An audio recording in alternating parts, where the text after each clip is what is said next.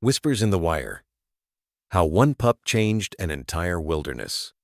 A lone German shepherd pup slips into a flood-swollen river, and the moment his small body vanishes beneath the foamy pool, a chain of events is set in motion that no scientist, ranger, or seasoned dog lover could have predicted. Picture the chaos: midnight thunder, elephants bellowing on the far ridge, and a battered jeep fishtailing toward danger. Yet inside that storm is a softer heartbeat, the frantic love of a mother dog named Mira, whose eyes hold more determination than any spotlight. In the next 11 minutes, you'll meet the people who refused to let her story end in tragedy, and the technology that became as gentle as a guiding hand. You'll see barren earth bloom in time-lapse green, hear a chorus of canines sing gratitude into the wind, and watch trust leap from one species to another like a spark. Stay with me, because the rescue is only the first page, and the real miracle is what happens after survival. By the time the final howl fades, you may look at every wire fence, every rustling leaf and every dog at your feet with brand new eyes. The sky split open like an old scar, tearing above Kalimba Wildlife Reserve with a violence that felt ancient.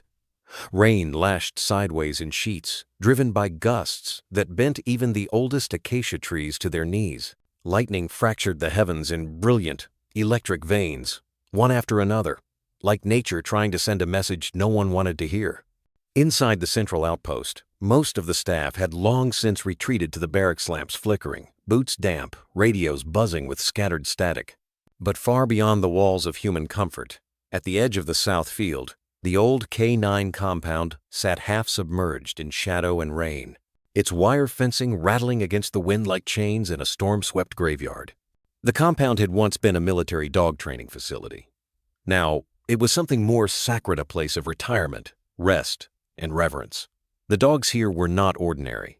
Each one had earned their rest with years of service detecting bombs, tracking fugitives, rescuing the wounded in war zones most humans had tried to forget. And among these veterans was Rico, the youngest of them all.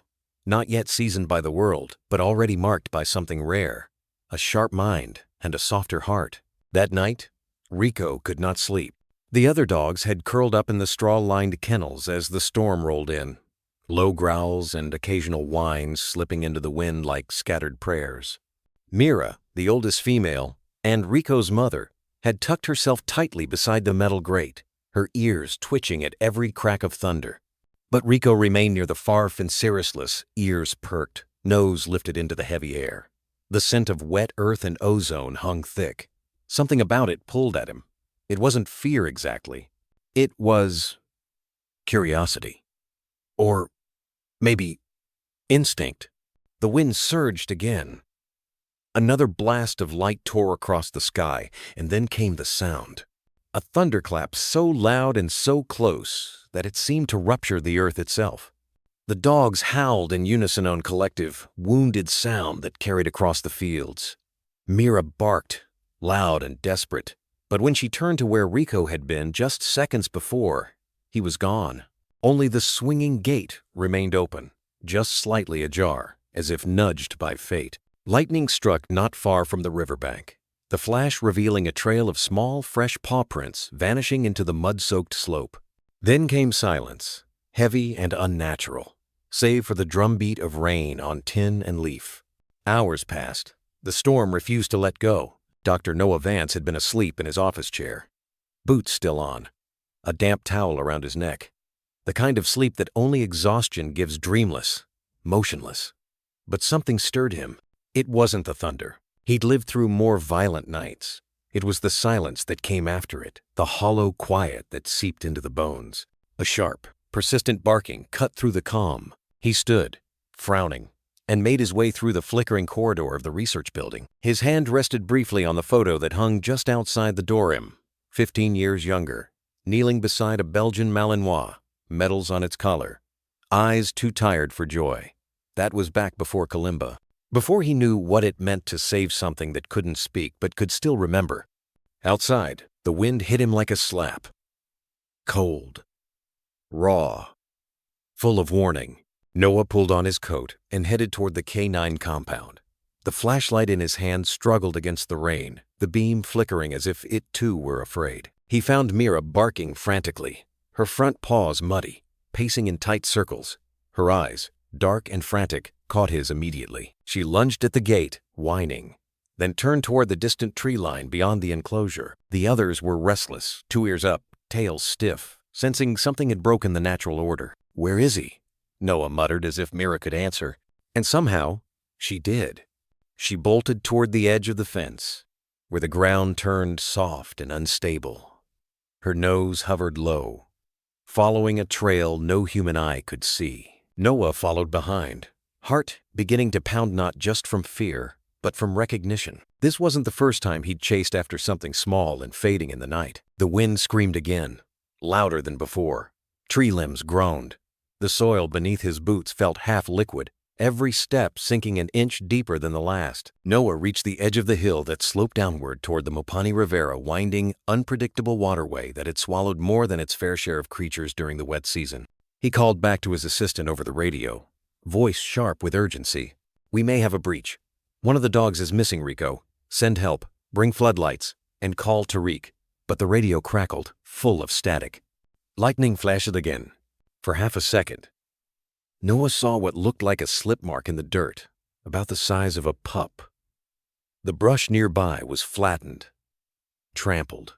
Claw marks dug deep into the mud, as if something or someone had tried to hang on. He crouched, pressing his palm into the soil, still warm.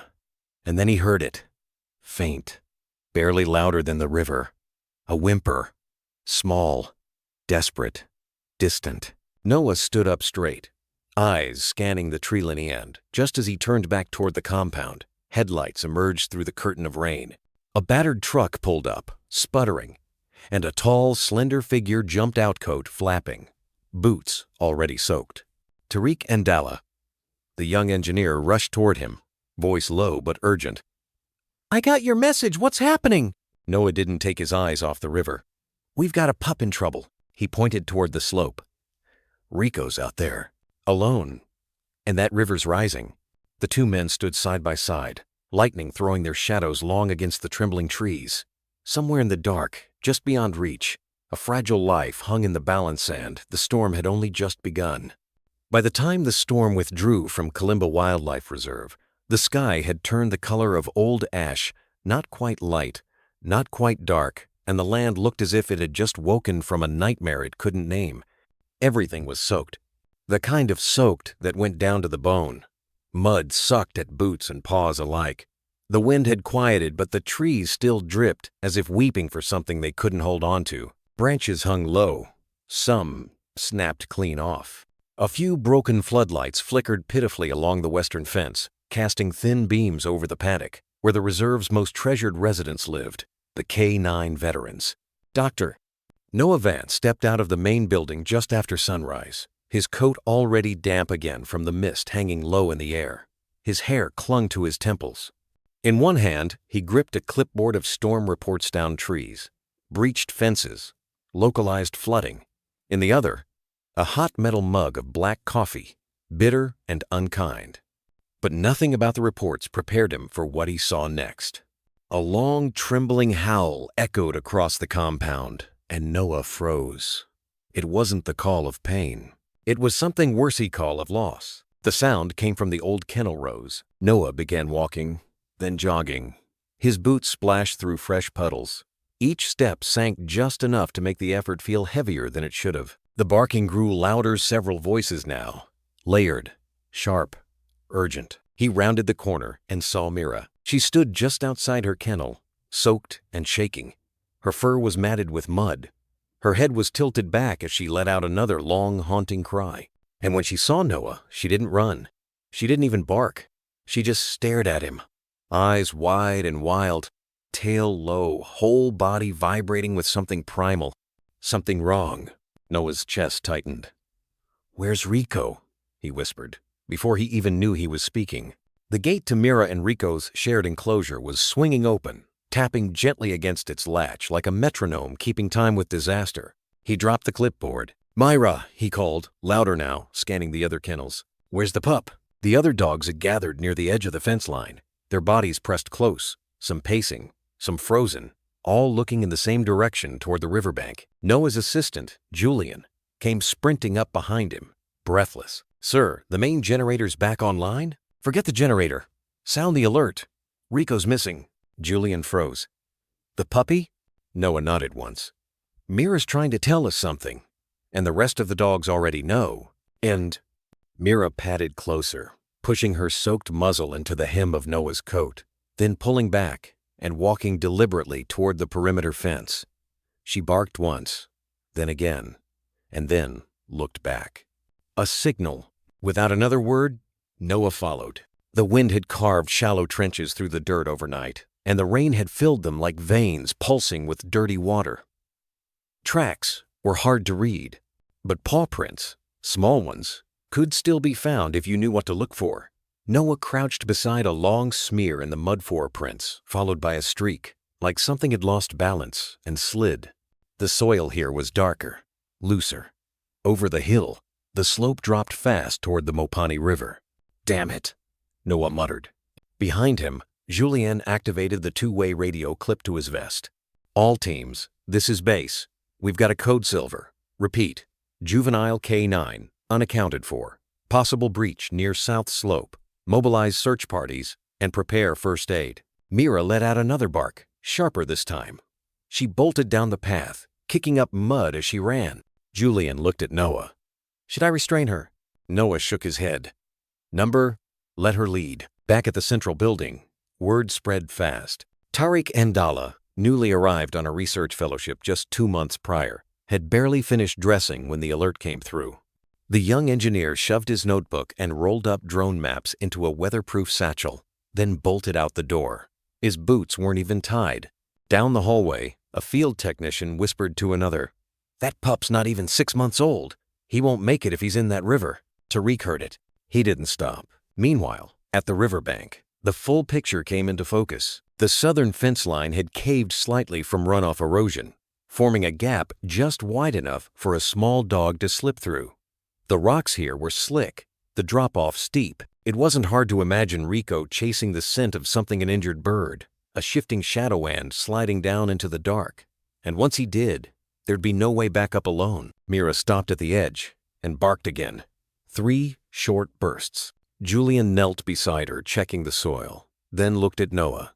"This just happened, within the last few hours. He's still out there." Noah scanned the water below. The current was moving fast, too fast. Foam spiraled over submerged rocks. Fallen branches jutted from the banks like skeletal arms. He clenched his jaw. "We'll need thermal drones, rescue ropes, trank gear if the other dogs try to follow. Get Tariq down here, he knows the terrain overlays." Julien nodded and turned to leave. "And Julien," Noah added, "bring a field kit. If we find him, he'll be cold. Maybe injured, maybe worse." A pause. "And bring towels." Minutes later, Tariq skidded down the hill, panting, clothes already soaked from sprinting through the tall grass. "What do we know?" Noah pointed toward the broken fence. "This is where he got out. Mira found the trail. We think he slipped." Tariq's eyes scanned the slope, calculating. "There's a natural bottleneck 30 meters downstream, a tangle of reeds and driftwood. If he didn't go under completely, that's where he might have gotten stuck." "We move now," Noah said. "Every second counts." Mira looked between them and growled not out of threat, but impatience. And just then, from somewhere faint, hidden beneath the wind and water, a whimper. Soft, fragile. Tariq heard it too. Noah's eyes met his. It had begun. The hill leading down to the Mopani River was slick with the aftermath of the storm, a sludgy path carved by the weight of rushing water and time. The morning light had finally begun pushing through the clouds, though it was gray and weak, casting everything in a bruised hue, as if the land itself bore the marks of something tragic still unfolding. Noah's boots squelched in the soaked ground as he moved carefully, each step deliberate. Mira was just ahead, sniffing the path with frantic purpose, tail low but stiff, her body tense like a wire pulled too tight. Behind him, Tariq caught up, his breath still visible in the cold morning air. "She's onto something," Noah said quietly. Tariq nodded, eyes scanning the ground. At first glance, the slope looked like chaos, broken twigs, slick leaves, sheets of mud that had slid down in uneven patterns. But if you stared long enough, the story began to emerge. Just a few feet ahead, Etched into the earth, like fleeting ink, were paw prints, small, deep, and sharp. They came in pairs, slightly splayed, consistent with the weight of a young pup. Rico, he had been here. Recently. Tariq crouched down, brushing the edge of one track with the back of his hand. Still fresh, he murmured. This print hasn't pooled with water yet. He came through after the rain started easing. Noah lowered himself beside him, running his eyes along the track's direction. The prints led toward the right where the slope suddenly gave way to a drop. Just beyond that was a narrow ledge, then a dense patch of shrubs that looked recently flattened. Something heavy had plowed through them. And near the edge a long drag mark, deep and chaotic. Claw marks. Noah felt a jolt in his chest. He lost his footing, he said. He tried to stop himself, but the mud was too soft. Mira padded closer to the edge and let out a short bark. Not panicked, this time focused. She paced twice, then stood still, ears forward, staring down the ravine. Tariq leaned over slightly, gripping a tree root for balance. From here, they could just barely make out the churning water below, still high from the storm. The river moved fast, foaming at the surface, littered with debris branches, torn reeds, broken bark. It was angry water, and not built for second chances. There's no way he climbed back up, Tariq said, his voice heavy. Noah nodded. Then we need to follow him down. They took the long way around the slope, following the contour of the terrain until they reached a gentler descent that wouldn't swallow them whole. The search team had arrived with gear ropes, a thermal drone, harnesses, but the canopy was thick here, and the drone wouldn't be much use until they cleared the immediate zone. As they moved along the lower edge of the riverbank, Mira suddenly stopped, nose high, tail erect, her head tilted, just slightly, to the east. Then they heard it again. A sound, soft, distant, almost not there. A whimper. Tariq's eyes widened. That's him. Noah motioned for the team to hold their position, then gestured for Mira to lead again. She took off like she had trained for this her whole life, a soldier once more, not just a mother. They reached a narrow bend in the river, where a natural eddy had formed a swirling pocket of calmer water tucked behind a barrier of fallen logs and reeds. The area was heavy with scent. Wet fur, churned soil, and something else, fear. The kind that clings to the air long after the moment passes. And there, tangled in the roots of a half-submerged bush, was a flash of movement. Tiny, shivering, barely above water. Rico. He was caught between two thick limbs, his front paws hanging onto a muddy embankment, hind legs floating just beneath the surface. His fur was soaked to the skin, ears pinned back, eyes wide with exhaustion and terror. Mira lunged forward, but Noah caught her by the collar just in time. "Wait," he whispered. "We'll spook him. He'll slip." Tariq was already moving. He kicked off his shoes and stepped into the water, gripping a rope from the search pack and tying one end around his waist. The cold bit through instantly, but he didn't flinch. "Keep his eyes on you," he said to Noah. Noah crouched low at the water's edge, speaking gently, like he would to a wounded soldier. "It's okay, boy. It's okay. We see you. Just stay. Stay there." Rico blinked slowly, his head wobbling. He was fading. Tariq reached him in 4 long strides, fighting the current with every step. The logs shifted under his weight, one rolling slightly, nearly knocking him off balance. But he steadied himself with a sharp intake of breath and grabbed Rico just as the pup began to slip. "I've got you," he whispered. Rico didn't resist. He couldn't, with both arms wrapped around the trembling body. Tariq turned and shouted, "Pull me in!" The team began hauling the rope as Noah reached forward. Mira barkadance, loud as if calling Rico home. They landed on the embankment in a messy tangle of limbs, rope, and relief. Rico coughed, a stream of water trickling from his mouth. His legs kicked once. Then again, he was alive. Noah dropped to his knees and checked the pup's gums, heartbeat, pupils. "Weak, but responsive," he said. Tariq let out a shaky laugh, half from adrenaline, half from disbelief. "He's tougher than he looks." Mira pushed through and buried her nose into her son's neck, whining softly. Her body trembled, not from the cold but from release, from a tension that had been coiled too long in a mother's chest. Rico let out a broken little sound. somewhere between a cry and a sigh. And just like that, the world exhaled. The sound carried before the sight deed a primal chorus of barking, sharp and panicked, echoing through the soaked trees like warning flares. The closer Noah and Tariq drew to the lower riverbank, the more frantic the noise became.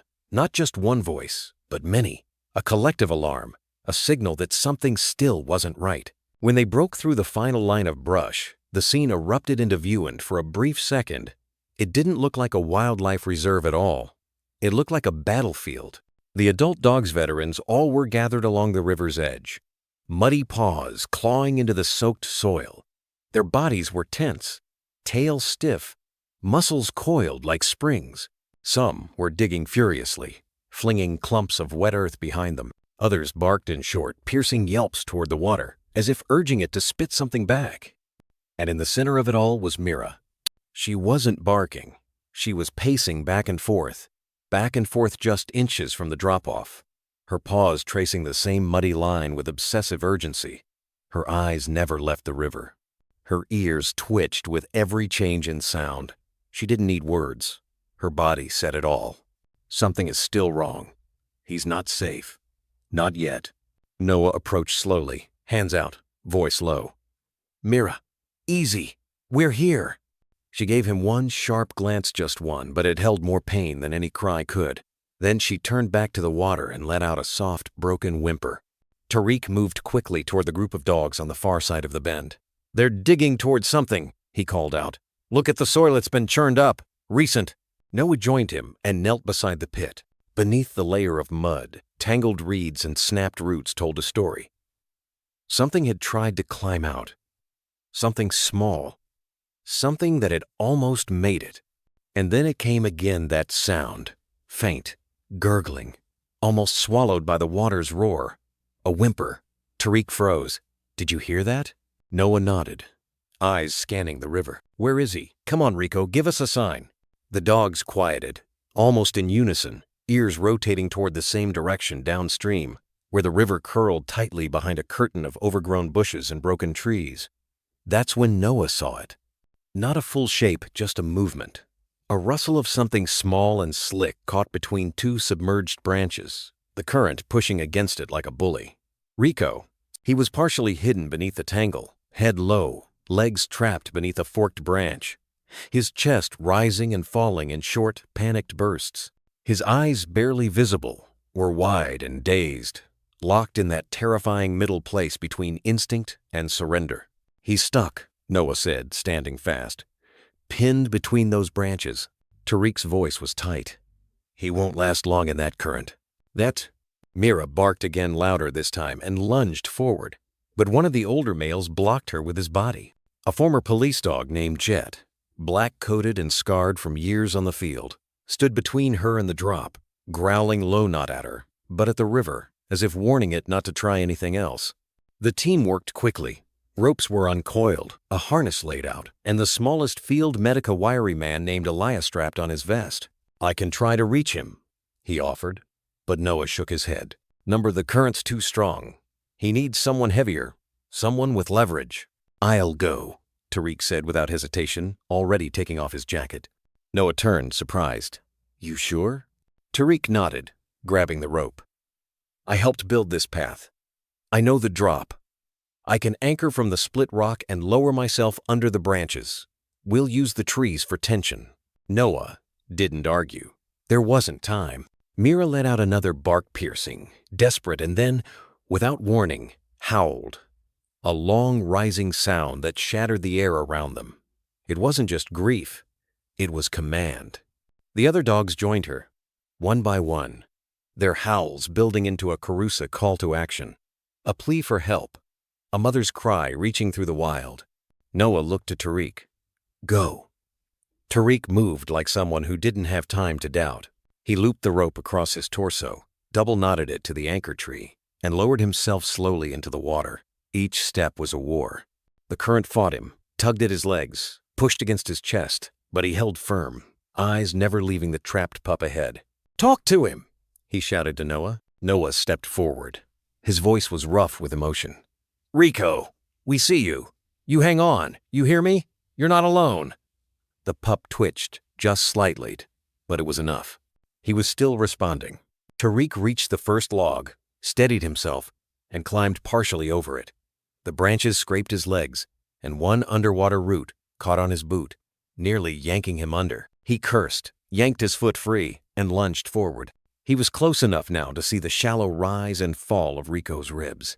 The pup was wedged, deep mud suctioned around his body, the branch pressing against his lower back.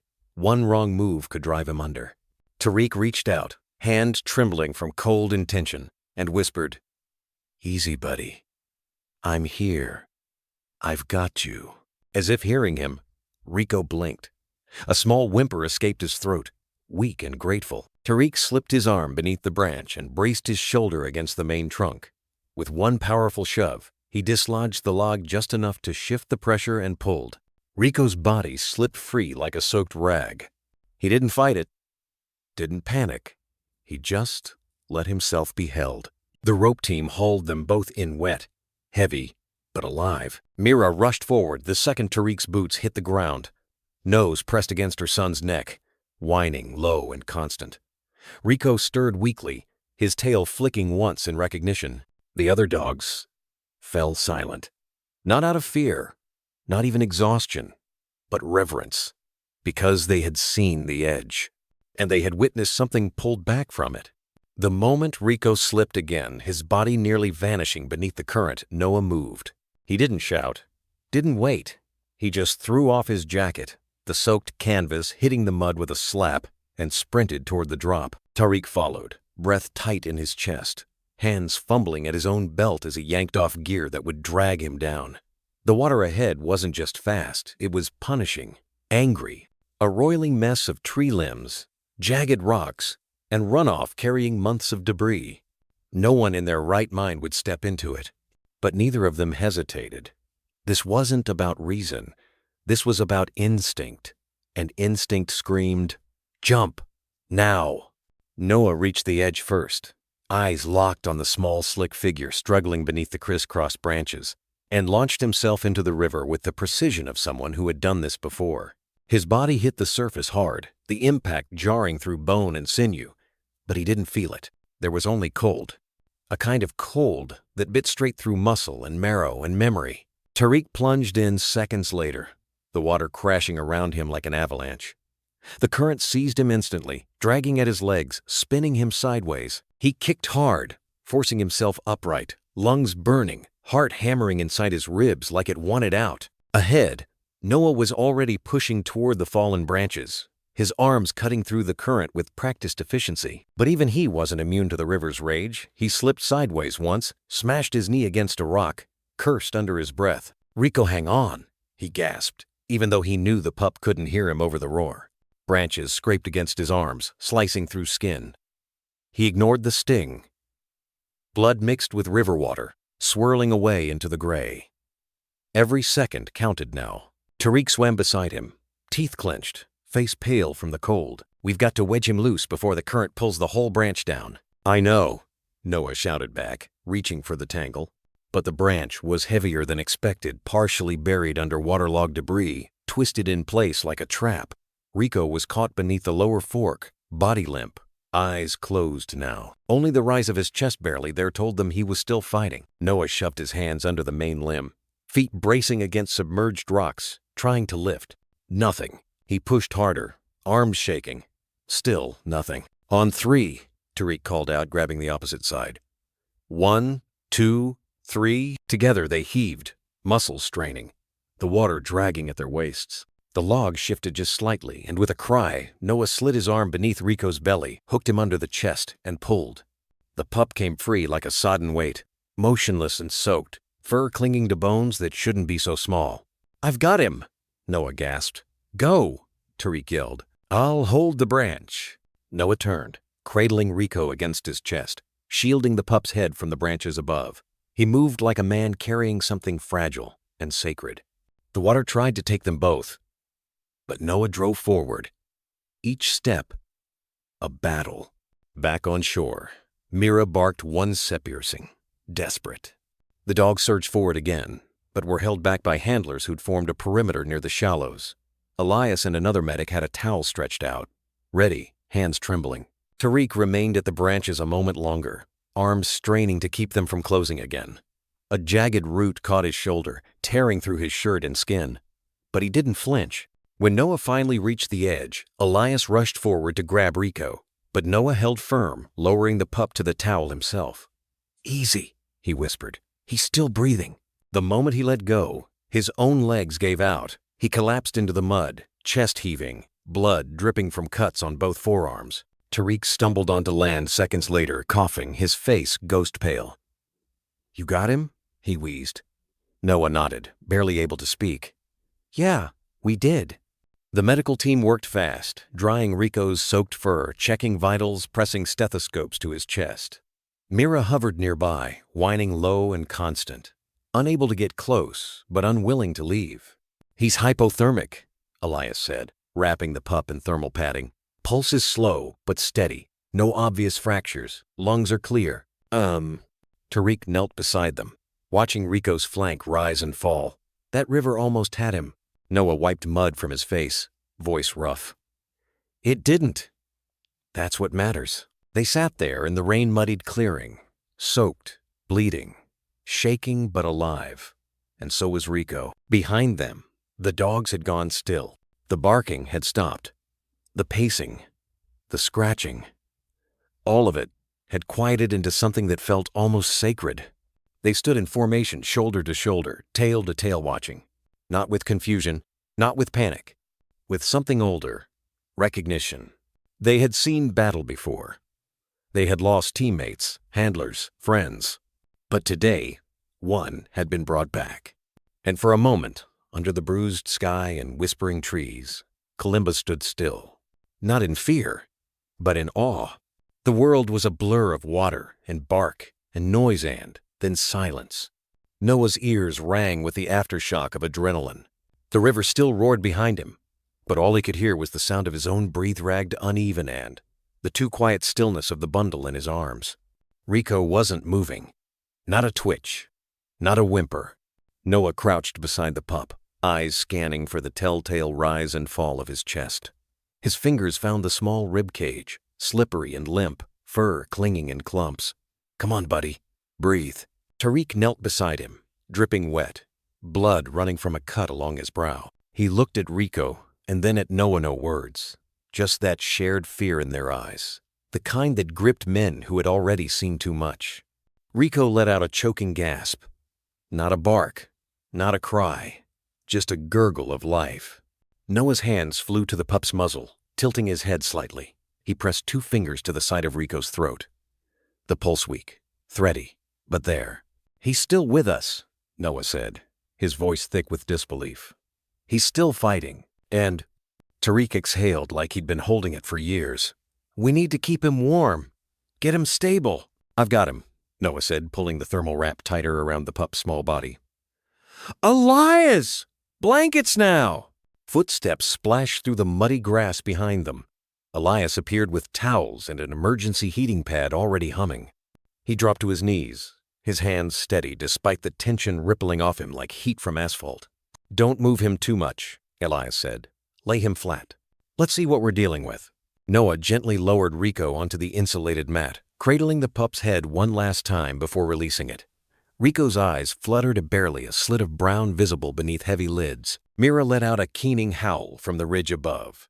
Noah looked up. The other dogs had assembled silent sentinels in the mud, their postures tense, tails still.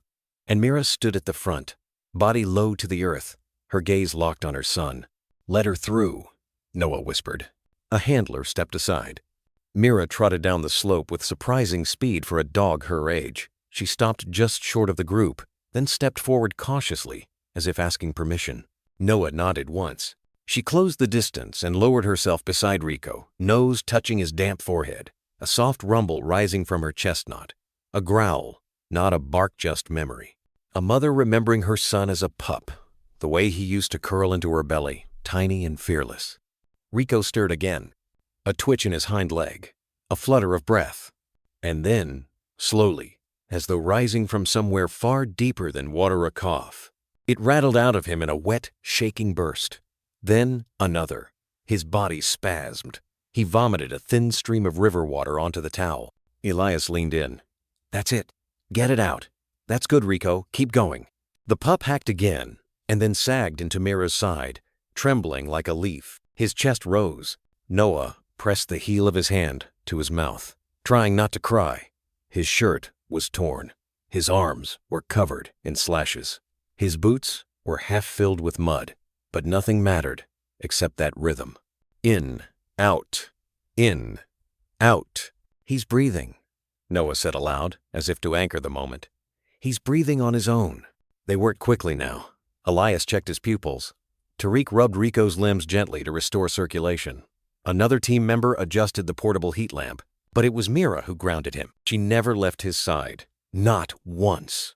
Just curled around her son's body like a second skin, her heartbeat lending its rhythm to his own, like a metronome reminding him how to live. "Every instinct in her knows what to do," Elias murmured. "It's not just maternal, it's primal. She's done this before," Noah added. "Probably with every one of her litters. She knows this territory, this pain." Tariq watched quietly, eyes lingering on Mira's muzzle as it pressed gently against Rico's flank. "You ever wonder if they feel the way we do? Not just pain, but fear?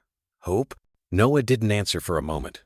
Then, "I think they feel more than we're ready to admit." It was another hour before Rico opened his eyes fully. By then, the rain had slowed to a drizzle. The light was shifting the jungle awakening again, in pale golds and rustling shadows. The storm was passing, but its presence still hung in the air like smoke. Rico tried to sit up and collapsed immediately, but his tail twitched once, a subtle, quiet wagnet in joy, but recognition. Noah reached over, brushing a hand gently across Rico's head. "Easy, bud. You're okay." Mira huffed beside him, resting her chin on his paw. The wind moved through the canopy. Somewhere far off, a bird called out. Life had returned to Kalimba. Not fully, not loudly, but in breath. The dawn mist had not yet lifted from the canopy, and a hush hung heavy over Kalimba like a prayer. The jungle was breathing slower now, as if mourning the storm's wrath and waiting for something to rise from its silence. And then it did. A sound, not quite a bark, not quite a cry, but something caught in between. Mira, the old shepherd, surged down the muddy slope, her paws finding footholds where there seemed to be none, driven by something older than training, deeper than instinct. It was a mother's urgent scythe, the kind that shatters silence and distance in a single bound. She reached the makeshift aid station where Rico lay swaddled in towels and trembling, his breath shallow but steady. The moment she saw him, truly saw him, her body froze, her ears pinned back, her chest heaved once, violently, as if she had to remind herself that he was still alive. Then she moved, not with panic, not with theatrics, but with purpose. She nudged his side with her nose, not delicately, but firmly like a scolding wrapped in relief. Her nose pressed against his ribs, checking, confirming. He groaned, a soft, weary sound, and Mira responded with a quiet whimper of her own. Then came the licking, over his ears, his neck, his drenched fur matted with river debris. Every stroke of her tongue was both ritual and reassurance. "I'm here. You're mine. You're not allowed to leave me yet." Rico's paw twitched. The smallest flicker, barely more than a muscle spasm, but Mira saw it, felt it. She lowered her chest beside him and exhaled, and with deliberate gentleness lifted one front paw and laid it light as breath across his head. It was not just affection. It was correction. It said, "You terrified me." It said, "Don't you ever do that again." It said, "I still forgive you." And around them, the world hushed even more. The other dogs had followed quietly. They stood now in a loose semicircle just beyond the edge of the recovery tent.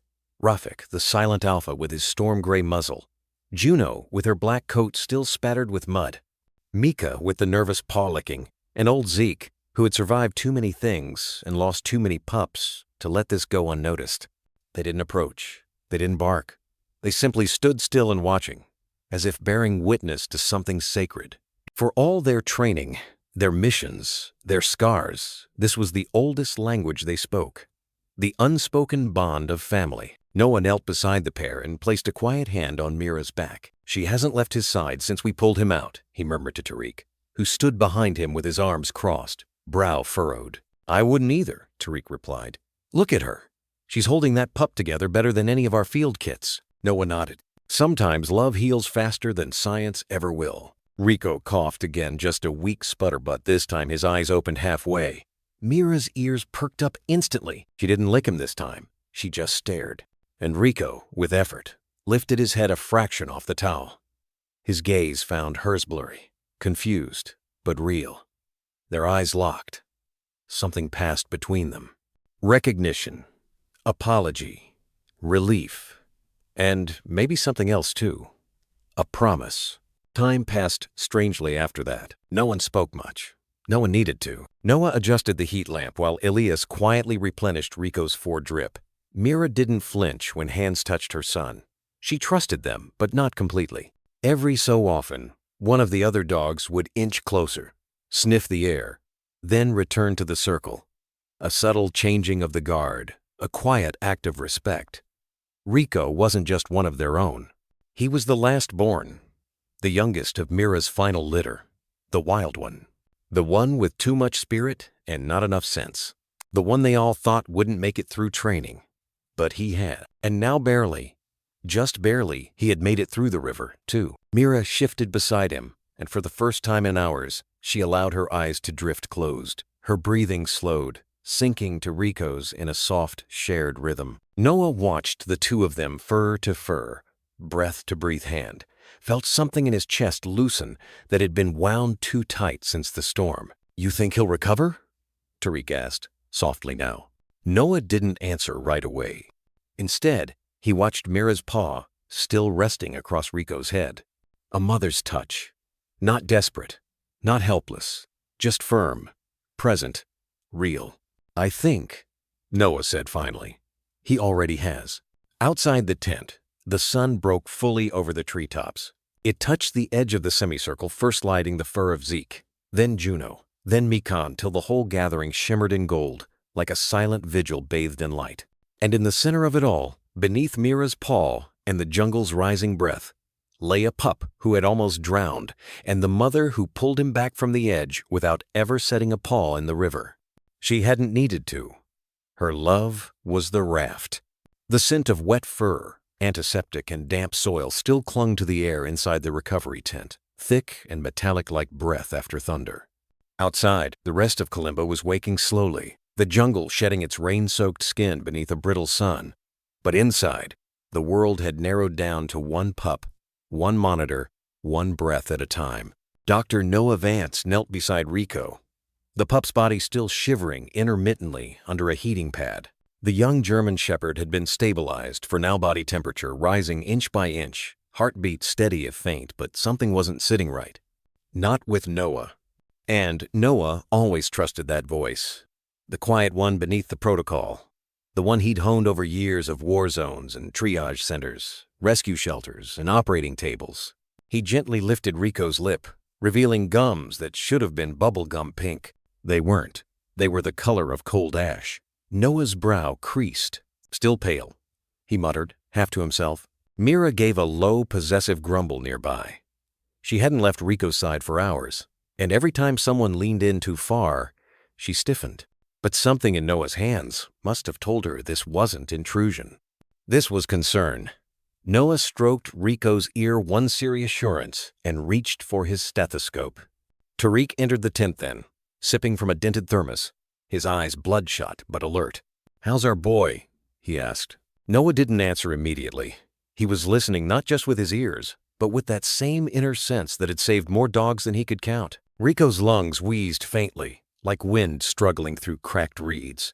Shallow, weak, too weak for a pup that young. Noah leaned back, gaze sharpening. "He's breathing, but not well.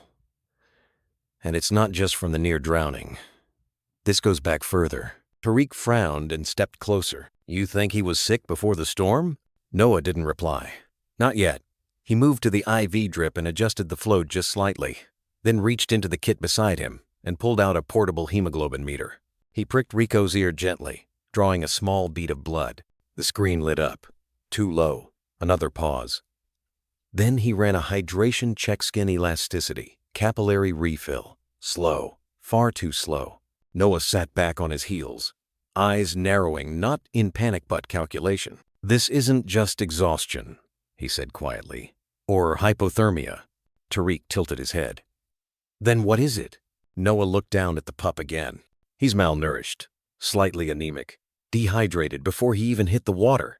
And his immune response, it's sluggish. Something systemic is going on. Tariq lowered the thermos. You mean an infection? Maybe, Noah said. Or worsey degenerative condition.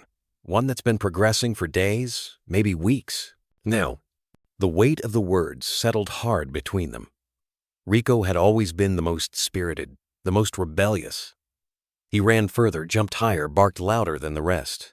But looking at him now, skin stretched just a little too tight over his ribs. The tremor in his paws, even at rest, it became impossible to ignore. Rico hadn't just slipped in the storm. He'd been failing quietly. And no one had noticed. Noah swallowed hard. We almost lost him because of the river, he said, more to himself now. But that was just the final blow.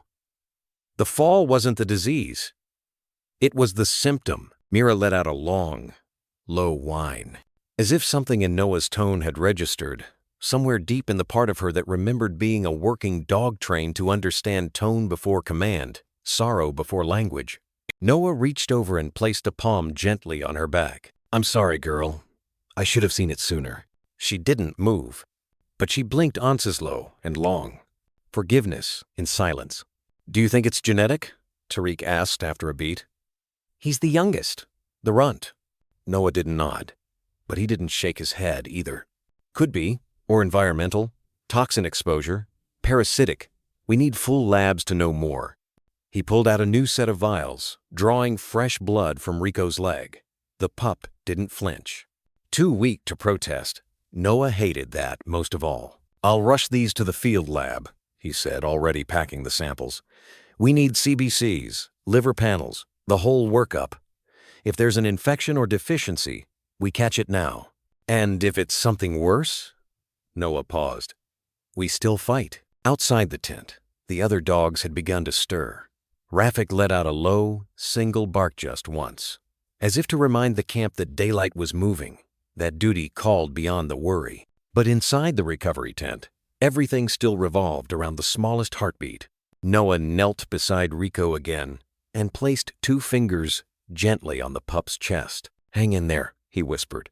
We're not done with you yet. And under his breath, barely loud enough for anyone to hear of in himself, he added, You've got a mother still watching. The midday sun filtered weakly through a gauze of clouds, casting a pallid light over Kalimba's base camp.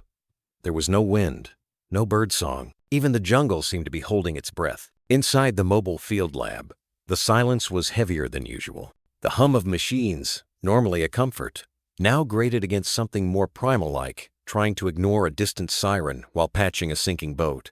Tariq stood at the edge of the tent, his brow furrowed, thumb swiping across the weatherproof tablet in his hand. Dirt clung to the seams of his boots, and a fine sheen of sweat lined his neck. He had barely slept, but his mind was racing not just for Rico, but for something bigger, something pressing at the edge of his instincts, like storm pressure building behind mountains. He looked over at Noah, who was finishing a call with the diagnostics lab. 3 days for full panels, Noah muttered, clicking off the radio. If we're lucky. Tariq didn't respond right away. He tilted the tablet toward the light, adjusted the screen brightness, and finally spoke. Look, he said quietly. I think I know what's happening, or at least what might be feeding it. Noah turned, eyebrows raised. Tariq tapped the screen. The drone footage played in silences, weeping over Kalimba's primary habitat zone. At first glance, it looked serene. Trees thick with green, a river glinting in the distance, shadows playing over grassy clearings. But then, Tariq zoomed in. Bare patches, eroded soil, ragged vegetation. Large swaths of the underbrush had been flattened, stripped, eaten down to the roots. What had once been a thriving ecosystem now looked pocked, like a painting scraped down with a blunt knife. These were taken 5 days ago, Tariq said, voice tight. And this, he swiped again, was from 3 weeks prior. Another image, Same angle, but this time, the greenery was lush, thick, and undisturbed. The difference was jarring. Noah leaned in, jaw tightening. That's almost 2/3 gone. 71%, Tariq corrected. Based on vegetation, health indices, and infrared. Noah ran a hand over his mouth. From overgrazing? Tariq nodded slowly. We suspected there was a shift after the last migration season, but this is a collapse. Whatever's causing it, it's not natural rhythm. It's overpressure, unsustainable. For a moment, neither man spoke. A printer clattered behind them, spitting out a lab requisition form. Outside, one of the older shepherds barked twice, then fell silent again. Inside, the data sat like lead. Tariq broke the silence. I think Rico's illness is just the canary in the mine, a biological warning flare. Noah turned toward the maps, now sweeping his hand over the satellite overlays pinned to the corkboard. If the grazing animals are over-concentrating, it means something displaced them. Predators? Disease? Or worse, Tariq said. Human interference, fencing, illegal clearing, poaching corridors. If prey animals lose safe zones, they cluster deplete local flora, get sick, and the predators that depend on them either starve, migrate, or push into conflict zones. Noah exhaled slowly, gaze falling back on the monitor where Rico's vitals blinked faintly. You're saying this pup's collapse could trace back to the whole ecosystem unraveling? I'm saying, Tariq replied, voice low, we may be standing on a fracture line, one that's been deepening for months, maybe years. Noah nodded, jaw set. And then he said the words neither wanted to say aloud. If the system's breaking, the sanctuary might not hold. The idea felt like betrayal. Kalimba wasn't just a shelter. It was supposed to be hope, a refuge in a world running out of places that made room for the wild, for recovery, for second chances. But what happens when the roots rot beneath your feet? What happens when the collapse is quiet, creeping in not with fire or gunshots, but with silence and scarcity? Noah straightened, voice clipped. We'll need a full biodiversity audit. Water tables, soil toxicity, animal counts. Tariq nodded grimly. I'll start with the watershed basin. That's likely where the imbalance begins. We'll need more eyes, more drones. Noah glanced toward the recovery tent again. Mira hadn't moved in an hour. Rico's flank barely rose beneath her curled body. His breaths were still shallow, but they were steady. First we stabilize him, Noah said. Then we widen the lens. Tariq looked back at the satellite image, thumb hovering over another folder of data yet unopened. But Noah! The doctor turned. Tariq's voice softened. What if Rico's not the only one already sick? Outside, a gust of wind finally stirred the camp. Leaves rustled. Tarp ropes groaned. Somewhere deep in the distance, a monkey let out a shriek high, plaintive, almost warning. Noah looked toward the tree line. A familiar tightness gripped his chest, the kind that usually came before something irreversible. Rico's collapse wasn't just about one puppy. It was the first note of a song they hadn't wanted to hear. And if they didn't listen now, there might be no song left at all. At first glance, Kalimba still looked like paradise. The jungle canopy shimmered with dew from last night's light rain, and the low morning sun filtered through the trees in thin shafts of gold. Birds chirped. Leaves rustled. It was the illusion of health of life, untouched. But beneath the green, something was breaking. Tariq crouched by the old observation well on the south ridge, his fingertips running along the cracked stone rim. The metal bucket at the bottom scraped dry earth with a hollow clang. He slowly pulled it up dusty. Light, bone dry. He exhaled and looked to the sky not for help, but out of habit. The clouds were drifting in lazy patterns. No sign of storm. No thunderheads gathering on the horizon. Behind him, Noah approached, boots crunching softly against dried leaf litter that had once been lush underbrush. You were right, Tariq said without turning. The ground's collapsing from the inside. Noah knelt beside him. The air was warm and moist, but there was a strange stillness to it, like a place that had forgotten how to breathe. This well fed half the quadrant last season, Tariq continued, voice low. Now it's bone dry. Noah reached out, touching the rim. It was warm, too warm for morning stone. And it's not just here. Tariq added. He handed over the tablet. We mapped 7 other spots, all the secondary wells down to less than 10% capacity. Some have dried out entirely. M.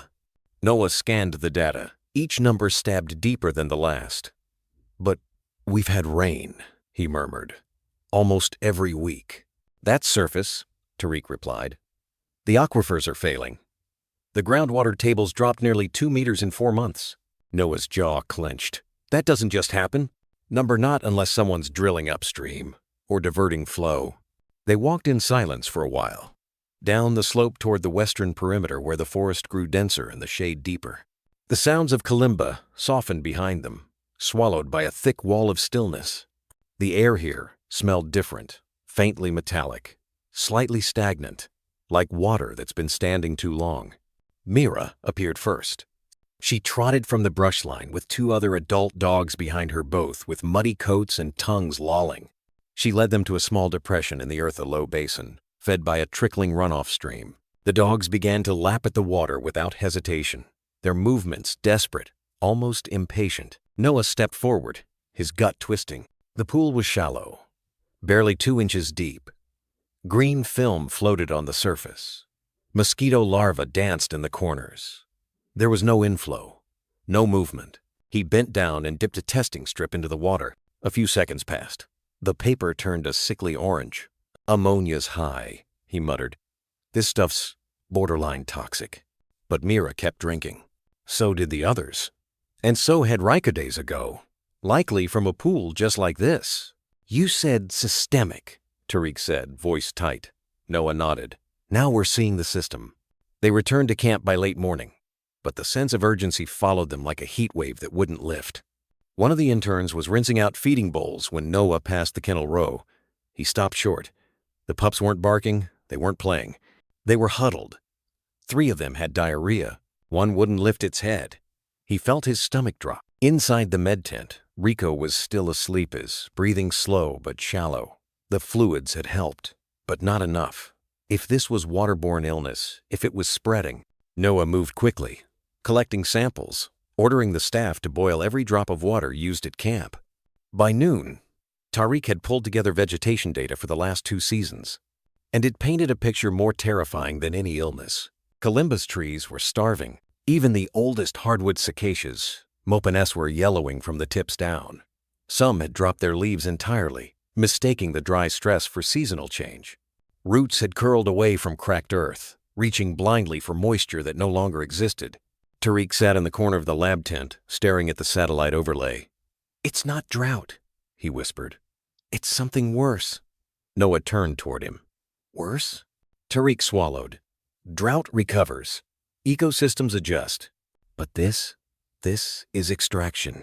Something is draining the life from underneath quietly, invisibly. And by the time we see the symptoms on the surface, it's already too late, Noah finished. That evening, the sky darkened again with the promise of rain. But no one cheered. No one looked up, because they knew it wasn't the skies that needed healing. It was the veins beneath the earth, the unseen networks, the lifeblood of Kalimba that had been slowly, methodically pulled away.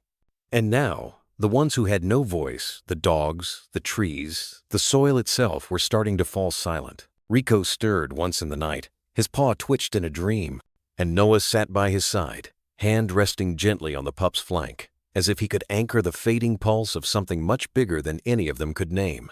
The air inside the ranger station was thick with tensionate heat, not humidity, but something heavier.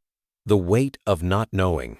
Noah stood near the edge of a long wooden table marked by years of used coffee stains, claw scratches, ink smudges faded by sun. Around him, a half circle of concerned faces. Rangers, ecologists, rescue volunteers, and field biologists, each carrying their own brand of exhaustion, each clutching a different idea of what was best. Maps lay unfurled on the table, ringed with red markers and pinned notations. In the center, a dog icon blinked softly, Rico's last track movement before the fall. Tariq leaned against the wall, arms crossed, eyes scanning the room like he already knew how this would end. A woman with short gray curls and a clipboard stood first. Dr. Kamala Idris, senior ecologist, 26 years in Kalimba. Her voice was measured, but sharp. We need to move the dogs out of the valley, she said. Relocate them temporarily to higher ground, somewhere with stable wells and canopy cover.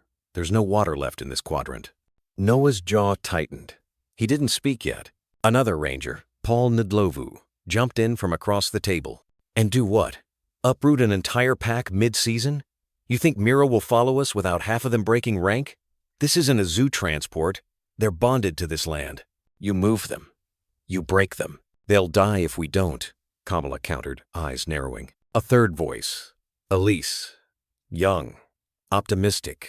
Probably too new for the scars this place carved suggested something else. What about water trucks? We have the road infrastructure. At least bring in enough for the main groups, until the rains stabilize. Stabilize? Tariq said, finally stepping forward. You think this is a seasonal glitch? He reached over, tapped the satellite image. Red zones bloomed across the map like bruises. This isn't drought, it's extraction. Some companies draining the aquifer. We need environmental enforcement, not band-aids.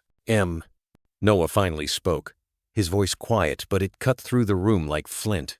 We don't have time for lawsuits. He moved to the head of the table, placing a palm on the edge, grounding himself. Rico almost drowned. 4 other pups are showing symptoms: dehydration, exposure, early-stage toxicosis.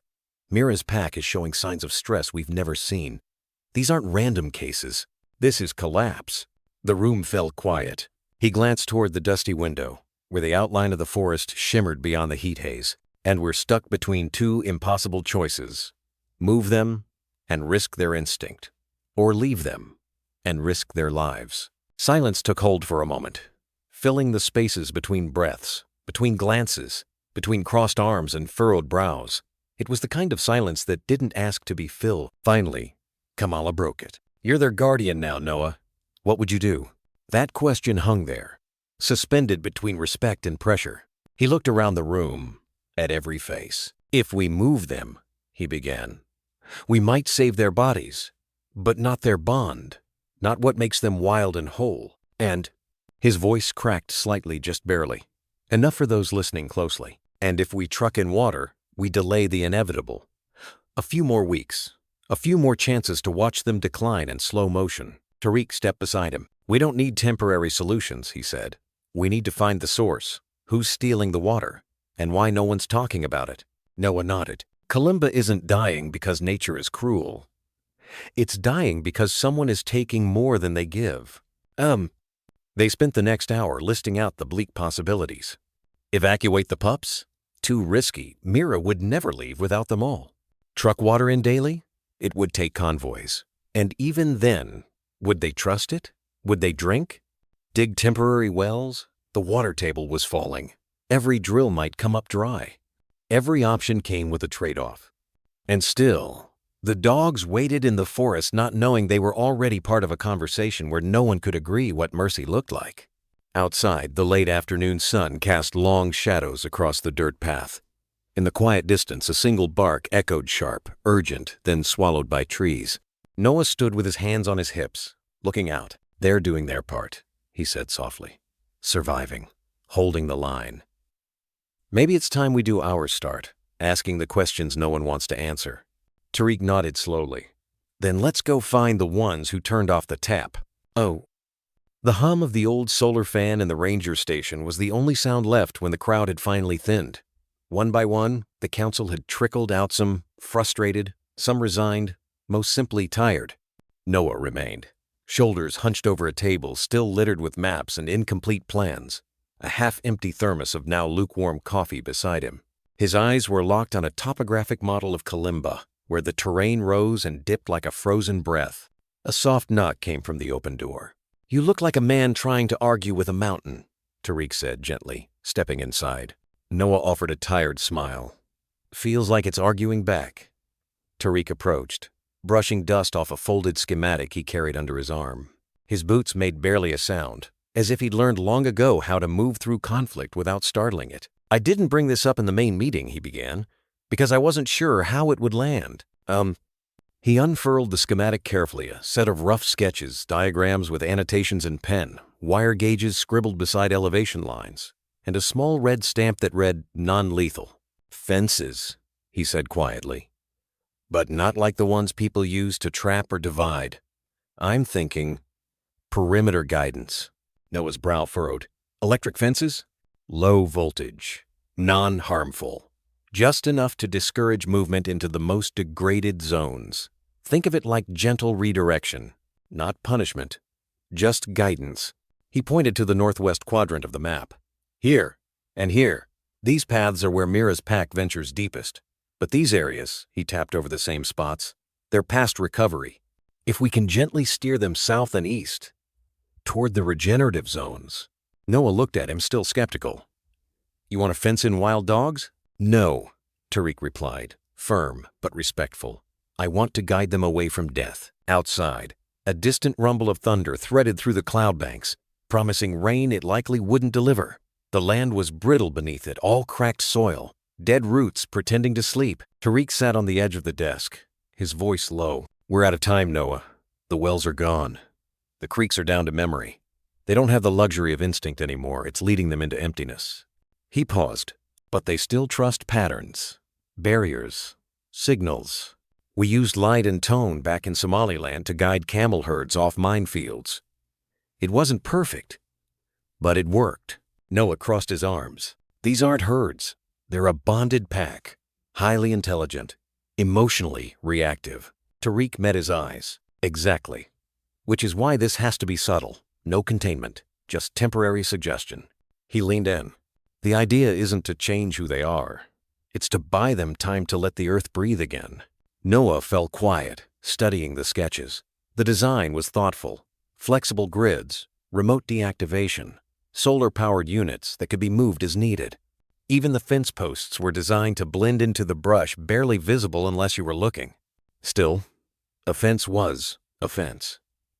And Noah had spent years undoing the damage of confinement, not installing it. He sighed, finally asking, what would it feel like? Tariq understood immediately. Like a gentle zap. Like static electricity from a blanket. Enough to make you reconsider your step. Not enough to make you afraid. Noah exhaled slowly. And you think Mira would respond? She's protective, pattern-based. If we can create a safe corridor with consistent reinforcement, she'll adapt. The rest will follow. He paused, a small smile tugging at the edge of his lips. Especially Rico.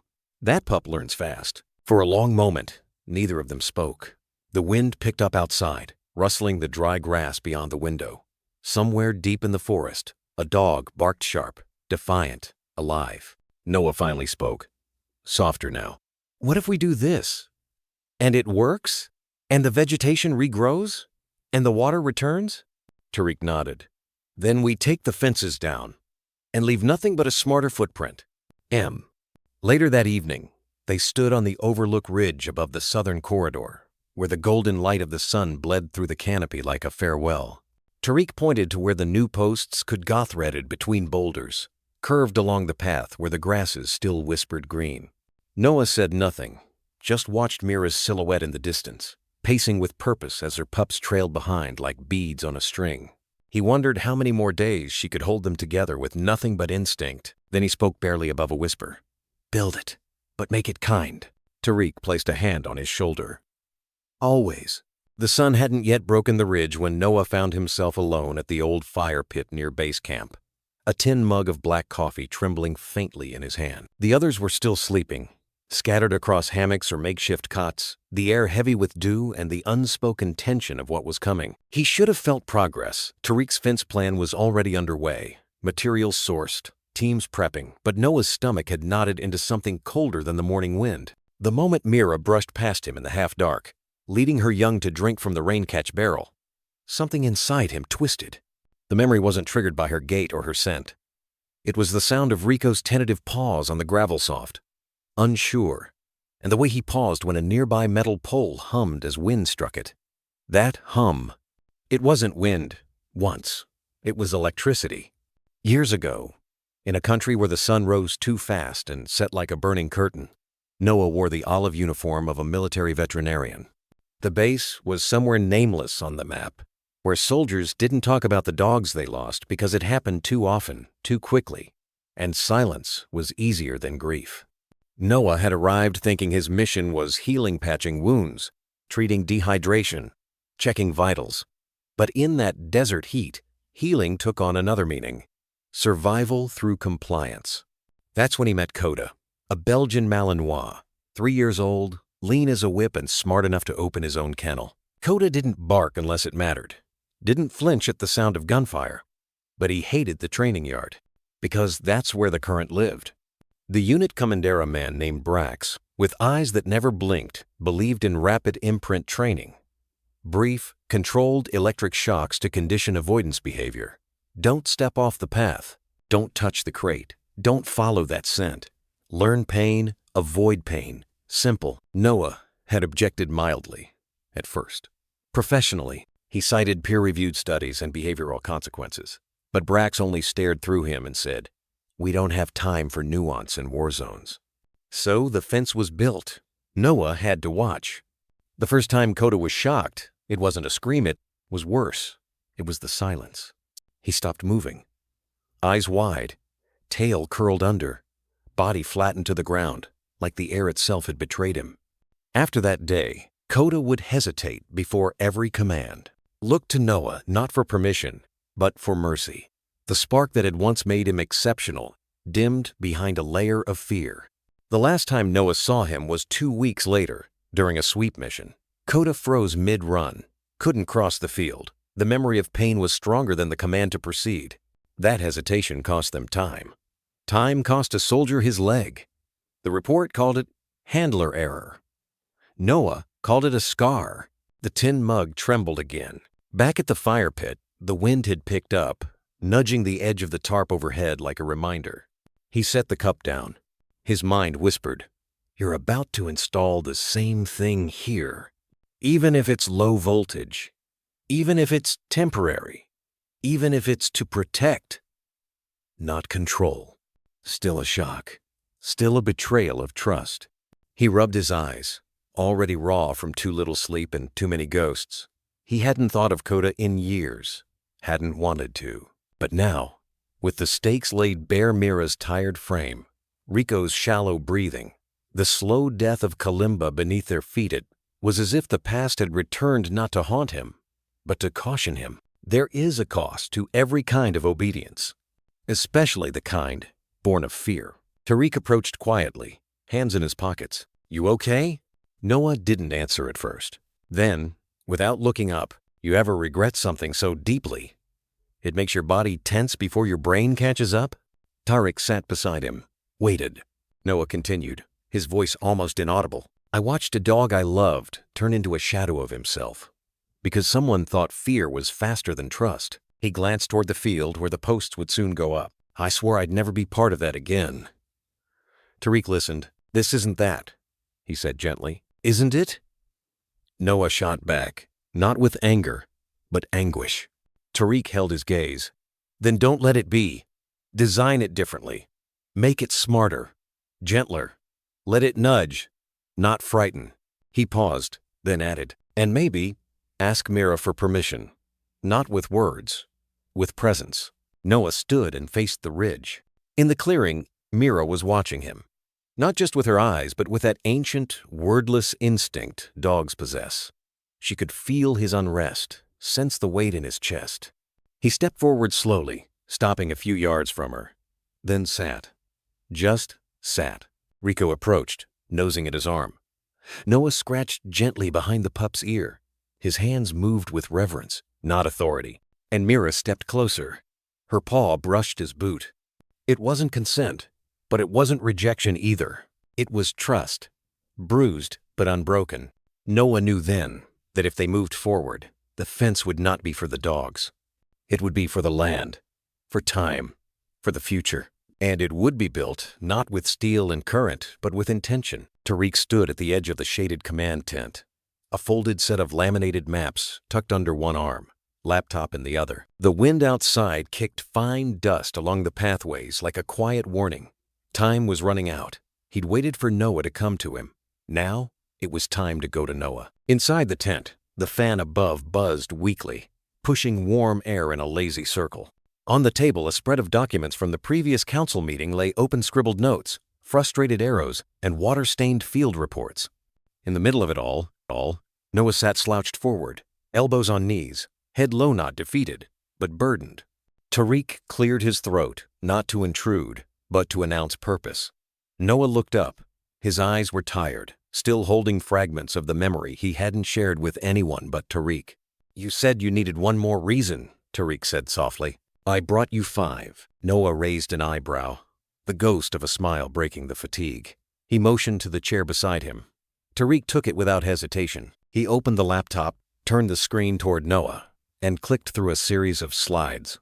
Not flashy, just the facts. Ground-truthed, peer-reviewed, blunt. Namibia, northern Botswana, Samburu in Kenya.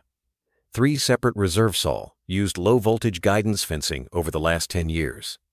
Adaptive placement. Mobile, semi-permeable, and not one recorded injury to the targeted animals. He tapped a graph. Elephants didn't panic. They pivoted. The key is voltage under 400 millivolts, just a nudge, not a punishment. Behavioral response without trauma. He flipped to the next chart, showing heat map tracking of animal movements over time. In areas with drought stress, these fences helped guide both livestock and wild grazers to less overused forage zones. The land rebounded. Even native shrubs started returning. It bought time. Noah remained quiet, eyes scanning the data. The motion slow but focused. Tariq hesitated before continuing, choosing his words carefully. "I know what you're afraid of, Noah, and I get it now. This isn't about tech. It's about trust. You're not just trying to protect these dogs from hunger or disease. You're trying to protect their dignity." The word lingered. Dignity. Something not often granted to animals. But Noah had always believed they carried it. In their gaze. In their grief. In the way Mira licked Rico's wounds like a mother. Not a stray. "But starving isn't dignity either," Tariq added gently. "Watching pups drink stagnant water, collapse from kidney shock, die under shrubs they can't digest, that's not respect. It's surrender." He reached into his folder, pulled out a grainy photo. Black and white, old, frayed at the edges. "This was my grandfather," he said. "He was a herdsman. In drought he used thorn hedges and singing to guide the cattle. He said the land listens when you touch it gently, but you still have to touch it." He paused. "We can't sing to these dogs, but we can guide them, kindly, briefly, and then pull the wires up before they forget who they are." The tent was silent, except for the whisper of the fan. Outside, one of the younger volunteers passed by with a jug of clean water. Mira trailed behind, watching him with wary, ancient eyes. Noah closed the laptop and stared down at his hands. "What if it fails?" Tariq didn't hesitate. "Then we adjust. But at least we tried something that gave them a chance without breaking their spirit." There was a long pause. Then, slowly, Noah nodded once. "Fine.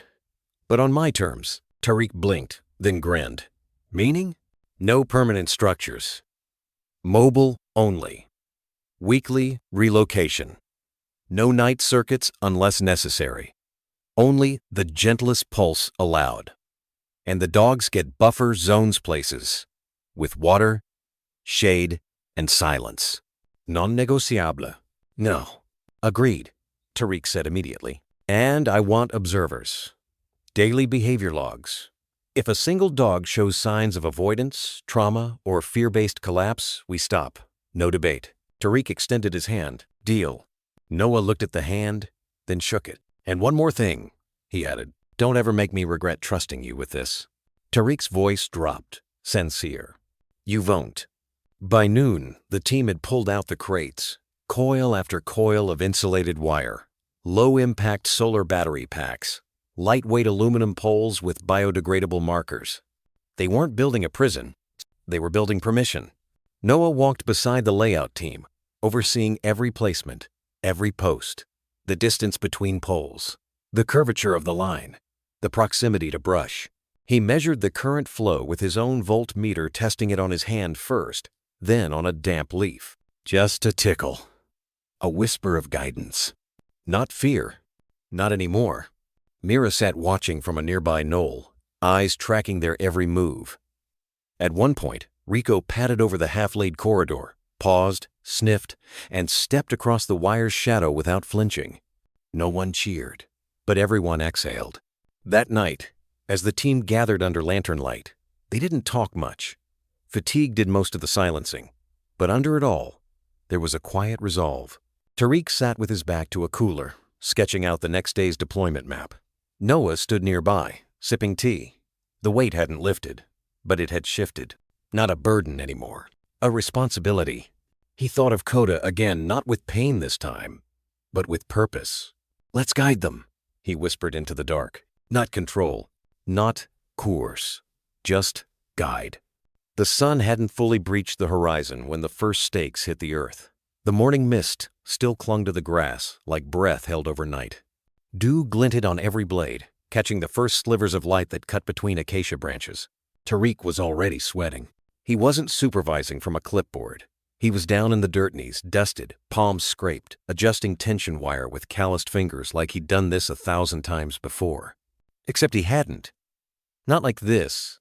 Not with eyes on him from two fronts. The workers who doubted him, and the dogs who didn't know what to make of him. The low-voltage perimeter fence wasn't just a technical installation. It was a symbol of intent, of compromise, of cautious hope. And for that to mean anything, the people laying it had to believe it. Tariq understood that. So he earned it, one pole at a time. Next to him, a man named Bacoa, wiry ranger with arms like braided rope, watched silently as Tariq tightened a bolt, adjusted the guide rope, and stepped back to recheck the angle. "Too far left," Baco finally said. Tariq squinted, then chuckled. "I was hoping you'd tell me that before I buried the anchor." Baco cracked a smile. "Just a flicker. Still time to fix it. Then let's do it right. No pride, no ego, just correction accepted, like rainfall natural, necessary." By mid-morning, 6 more rangers joined, not because they were ordered, but because they'd heard Tariq hadn't stopped for breakfast, hadn't barked a single instruction, and had dirt under his nails to prove he was serious. Noah watched from a ridge, arms crossed, quiet. He'd expected resistance, delays, maybe even sabotage. What he didn't expect was to see men who had argued for water trucks 2 days ago, now hoisting poles onto their shoulders, falling into rhythm beside Tariq like they'd done this together for years. And further beyond them, in the rustling golden grass eyes, pairs of them. The dogs were watching. A pack of 7 by Mira hovered near the base of a dried-out ravine. They didn't bark, they didn't approach, but they didn't leave either, like sentinels, or skeptics, or both. One of the pups, Rico, still lean but he lunged forward, ears twitching at the metal clang of pole against pole. Tariq noticed. He didn't wave, didn't coax, just straightened, took a swig from his flask, and let the pup observe. Then, as if by instinct, he knelt again, this time, slower, and laid his hand palm down on the earth. Flat, still, open. The pup didn't move closer, but he didn't run. Baco noticed the moment. He leaned close, voice barely above a whisper. "You know how to listen, huh?" Tariq shrugged. "You don't speak wild by shouting."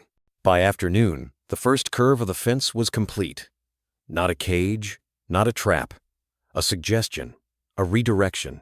The current wasn't live, yet Noah insisted it wouldn't be until every meter was double-checked, every route pre-tested. But the shape of the guidance corridor had formed a gentle sweep eastward, away from overgrazed hills, toward a thicket where groundwater still clung beneath fractured roots.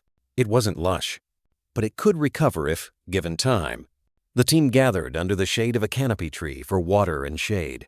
Conversations were sparse but softer now. Tools clinked. Dust settled on tired boots. Tariq passed around oranges he'd brought from the supply, truck-peeled, sticky, sweet. It wasn't much, but it earned more smiles than he expected. One of the younger workers, Emil, barely 20, sat beside him and spoke without looking. "They said you were just another outsider, here for a paper, a photo, gone before the dry season." Tariq wiped juice from his fingers. They weren't wrong to wonder. But I've buried too many bones in dry soil to pretend distance saves you." Emil nodded slowly. "You think it'll work?"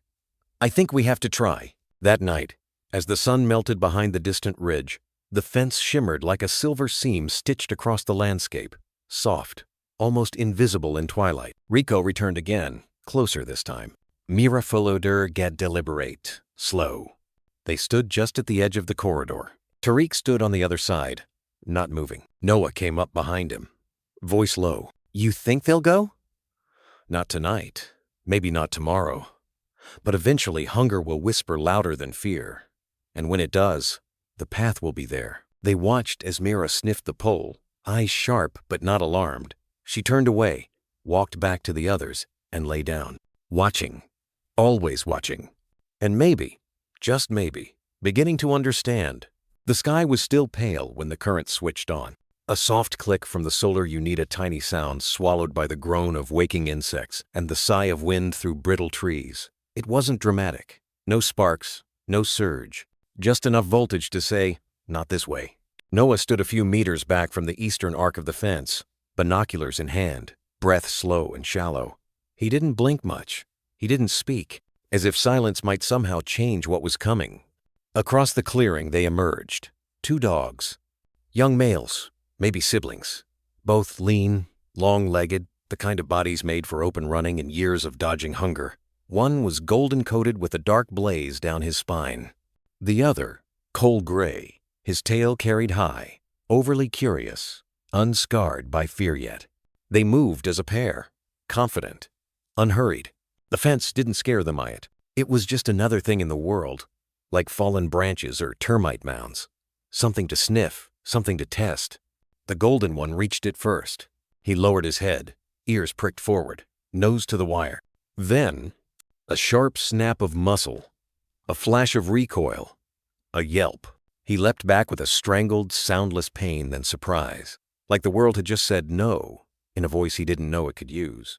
He skidded, pawing the dirt, tail tucked halfway under. The gray one, spooked by his brother's reaction, darted forward instinctively to investigate. His muzzle brushed the wire. Another snap. This yelp was louder. He spun midair, colliding with the other, both tumbling in a chaos of limbs and dust before sprinting 10 meters back, panting, alert. They didn't run far, just far enough to realize the wire meant something, that the shape of the world had changed. Behind them, the grass stirred. Mira stepped forward, regal, measured, her body heavy with knowledge older than the 2 youngsters. She didn't rush to them. She didn't scold. She simply stood at the perimeter just before the fence and held her ground.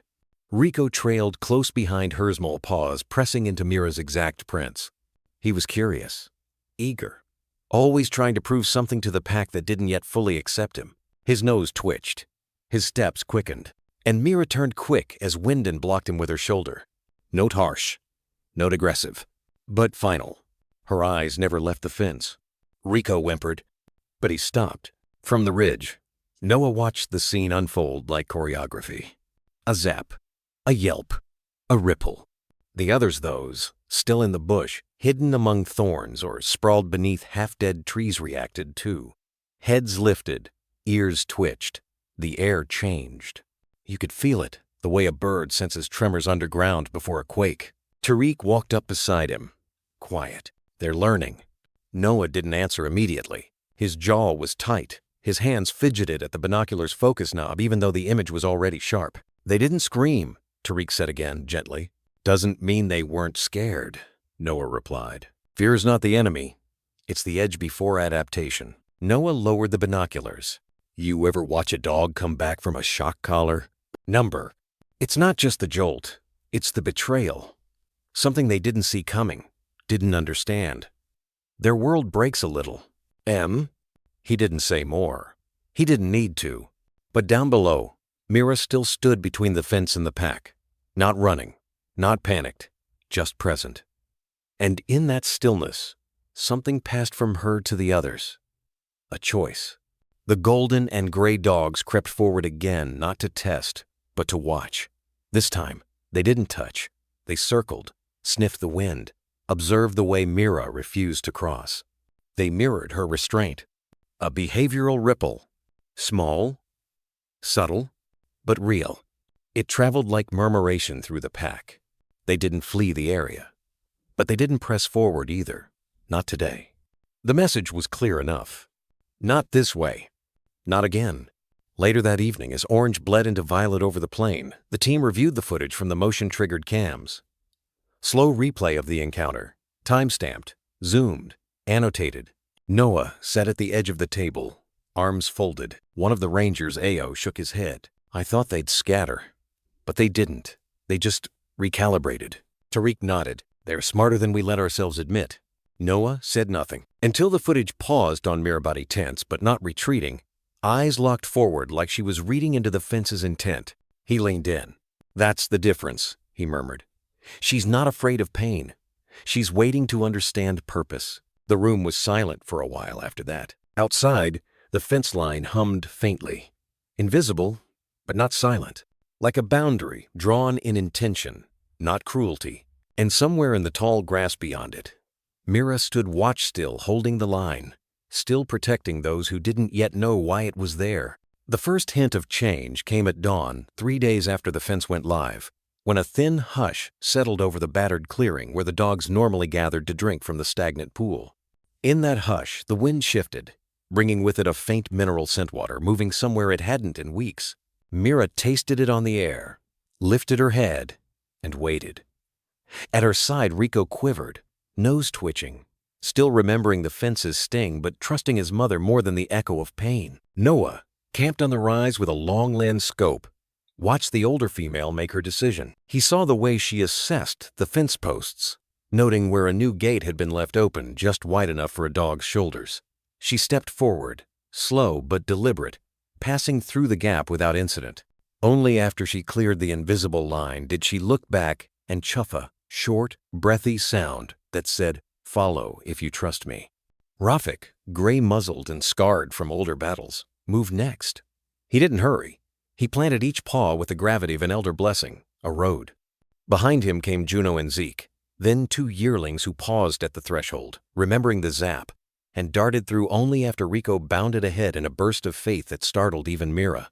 When no pain came, when the grass on the far side bent only beneath their weight, and not the crackle of current, a ripple of cautious energy pulsed backward through the pack. One by one they slipped over the line, tails low but wagging, forming an uneven procession that angled toward the distant band of mopane trees where Tariq's team had scouted a hidden seep. The march took hours. Heat climbed. Yet the dogs pressed on, noses weaving, paws kicking dust over patches of cracked earth, suddenly speckled with the first green shoots Noah had seen in Week's delicate spears, no higher than a thumbnail, but alive, proof that the old habitat was already breathing easier now that teeth and claws were gone. Seedlings stirred where the pups had once wrestled.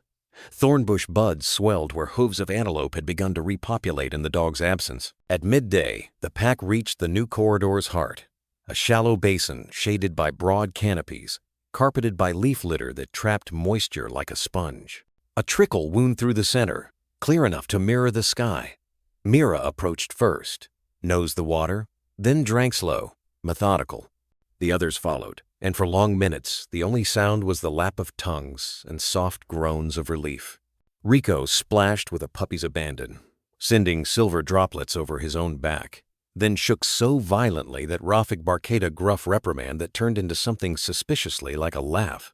Up on the ridge, Tariq lowered his binoculars, shoulders sagging as if a rucksack had slipped away. Around him a handful of workers whispered, counting heads, ticking names on a clipboard. Every dog accounted for, none injured.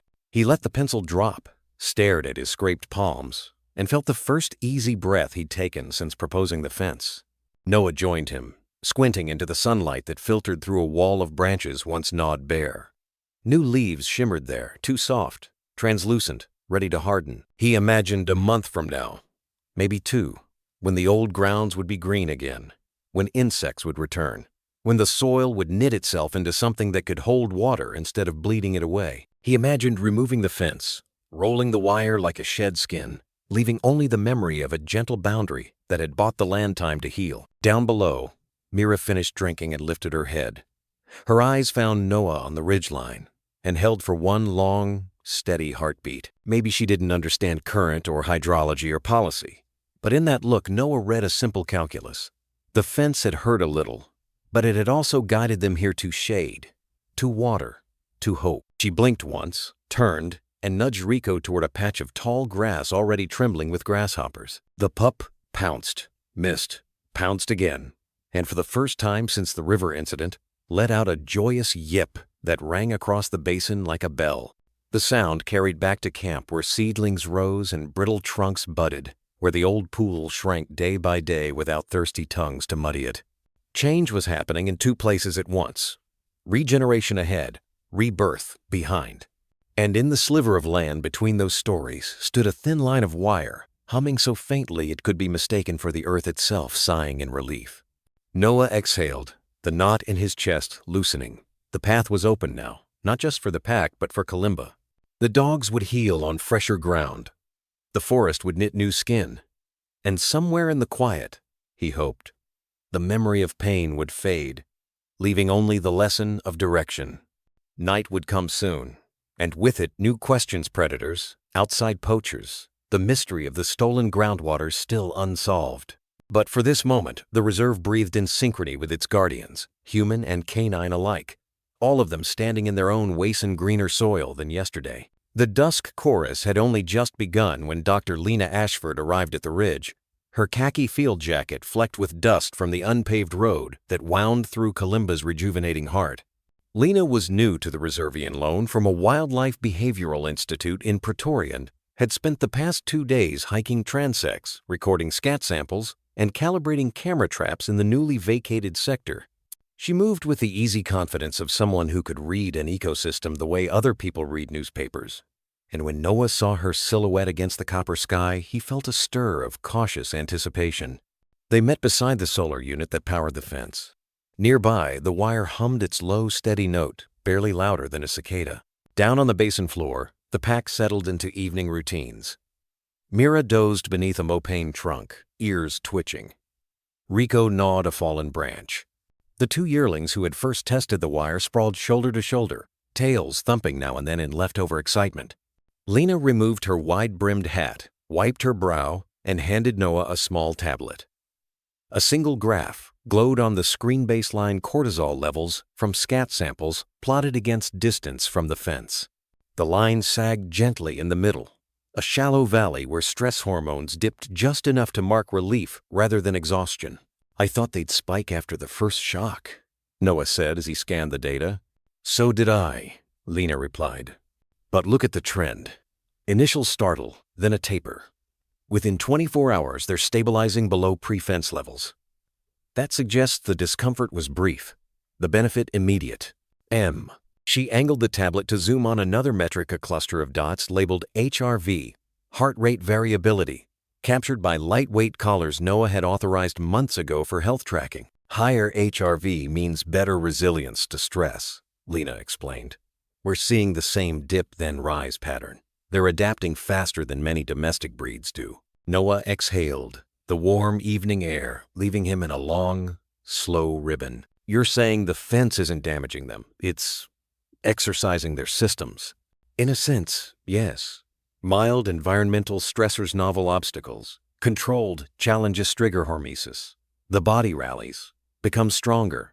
In working dogs that translates into improved immune response, sharper cognition.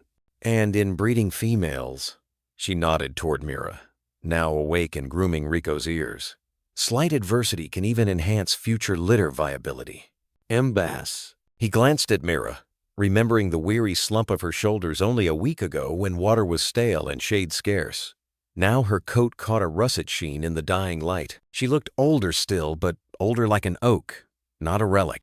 Lena tucked the tablet away and crouched to study a slender sprout pushing through cracked soil near the fence post. "Ecology isn't about perfect comfort," she said, voice soft. "It's about rhythms, disturbance, and recovery. A forest needs small fires. Predators need the chase. These dogs needed a nudge." A nightjar called from somewhere past the basin, its looping song echoed by a second bird farther off, the 2 voices overlaying like threads in a tapestry. Noah listened, letting the melody carry into the quiet spaces of his thoughts where doubt had lived for too long. "Tariq worried we were rationalizing," he confessed. "That we'd tell ourselves any story to justify the wire once it was up." Lena stood, brushing dust from her knees. "Data cuts through stories. The pack's endocrinology is your evidence. The vegetation rebound? Another. Tracks of impala returning to graze. A third. One intervention. Multiple gains. They walked the ridge together, the orange horizon slipping toward indigo. Halfway along, they paused to watch the younger dogs wrestling in the grass. Each tumble kicked up the sweet scent of crushed herbs newly sprouted after light rainza smell that hadn't graced Kalimba in months. "Tell me about the pup's kidneys," Lena said. "Any more signs of toxicosis?" Noah smiled, for the first time all day. "Urine clarity's back to normal. Hydration score's up 16%. Rico's labs came in. His creatinine is down. Red cell count's climbing. He might outgrow his siblings if we're not careful." "Good." She tucked a stray curl behind her ear. "Then the hardest part now is patience." They stopped near the southern gate where a battery indicator blinked green. Noah rested his hand on the post, feeling the faint vibration of current, like a distant heartbeat. "I hated this wire," he admitted. "Still not sure I like it. But I think I respect what it's doing." Lena looked at him, her gaze clear as twilight. "Conservation isn't about liking every tool. It's about choosing the least harmful one that still saves what you love." A soft bark drifted up from the basin. Rico had abandoned his stick and was trotting toward the corridor's shadowy mouth, as if tempted again by the unknown. Mira intercepted him with a low grunt, steered him instead toward a cluster of shrubs dripping with dew. He obeyed, but not before casting a quick glance up the slope. Even at this distance, Noah could read the look. Restless, brave, already forgiving. Lena followed his line of sight. "Give him a season," she said. "This pack will be stronger for the test, and so will the land that holds them." Noah released a breath he hadn't known he'd been saving. In the hush that followed, the fence's hum felt less like a warning, more like a lullaby, steady, understated, reminding all who listened that boundaries could heal when wielded with humility. Down below, fireflies sparked among the reeds, stitching tiny constellations between leaf and water.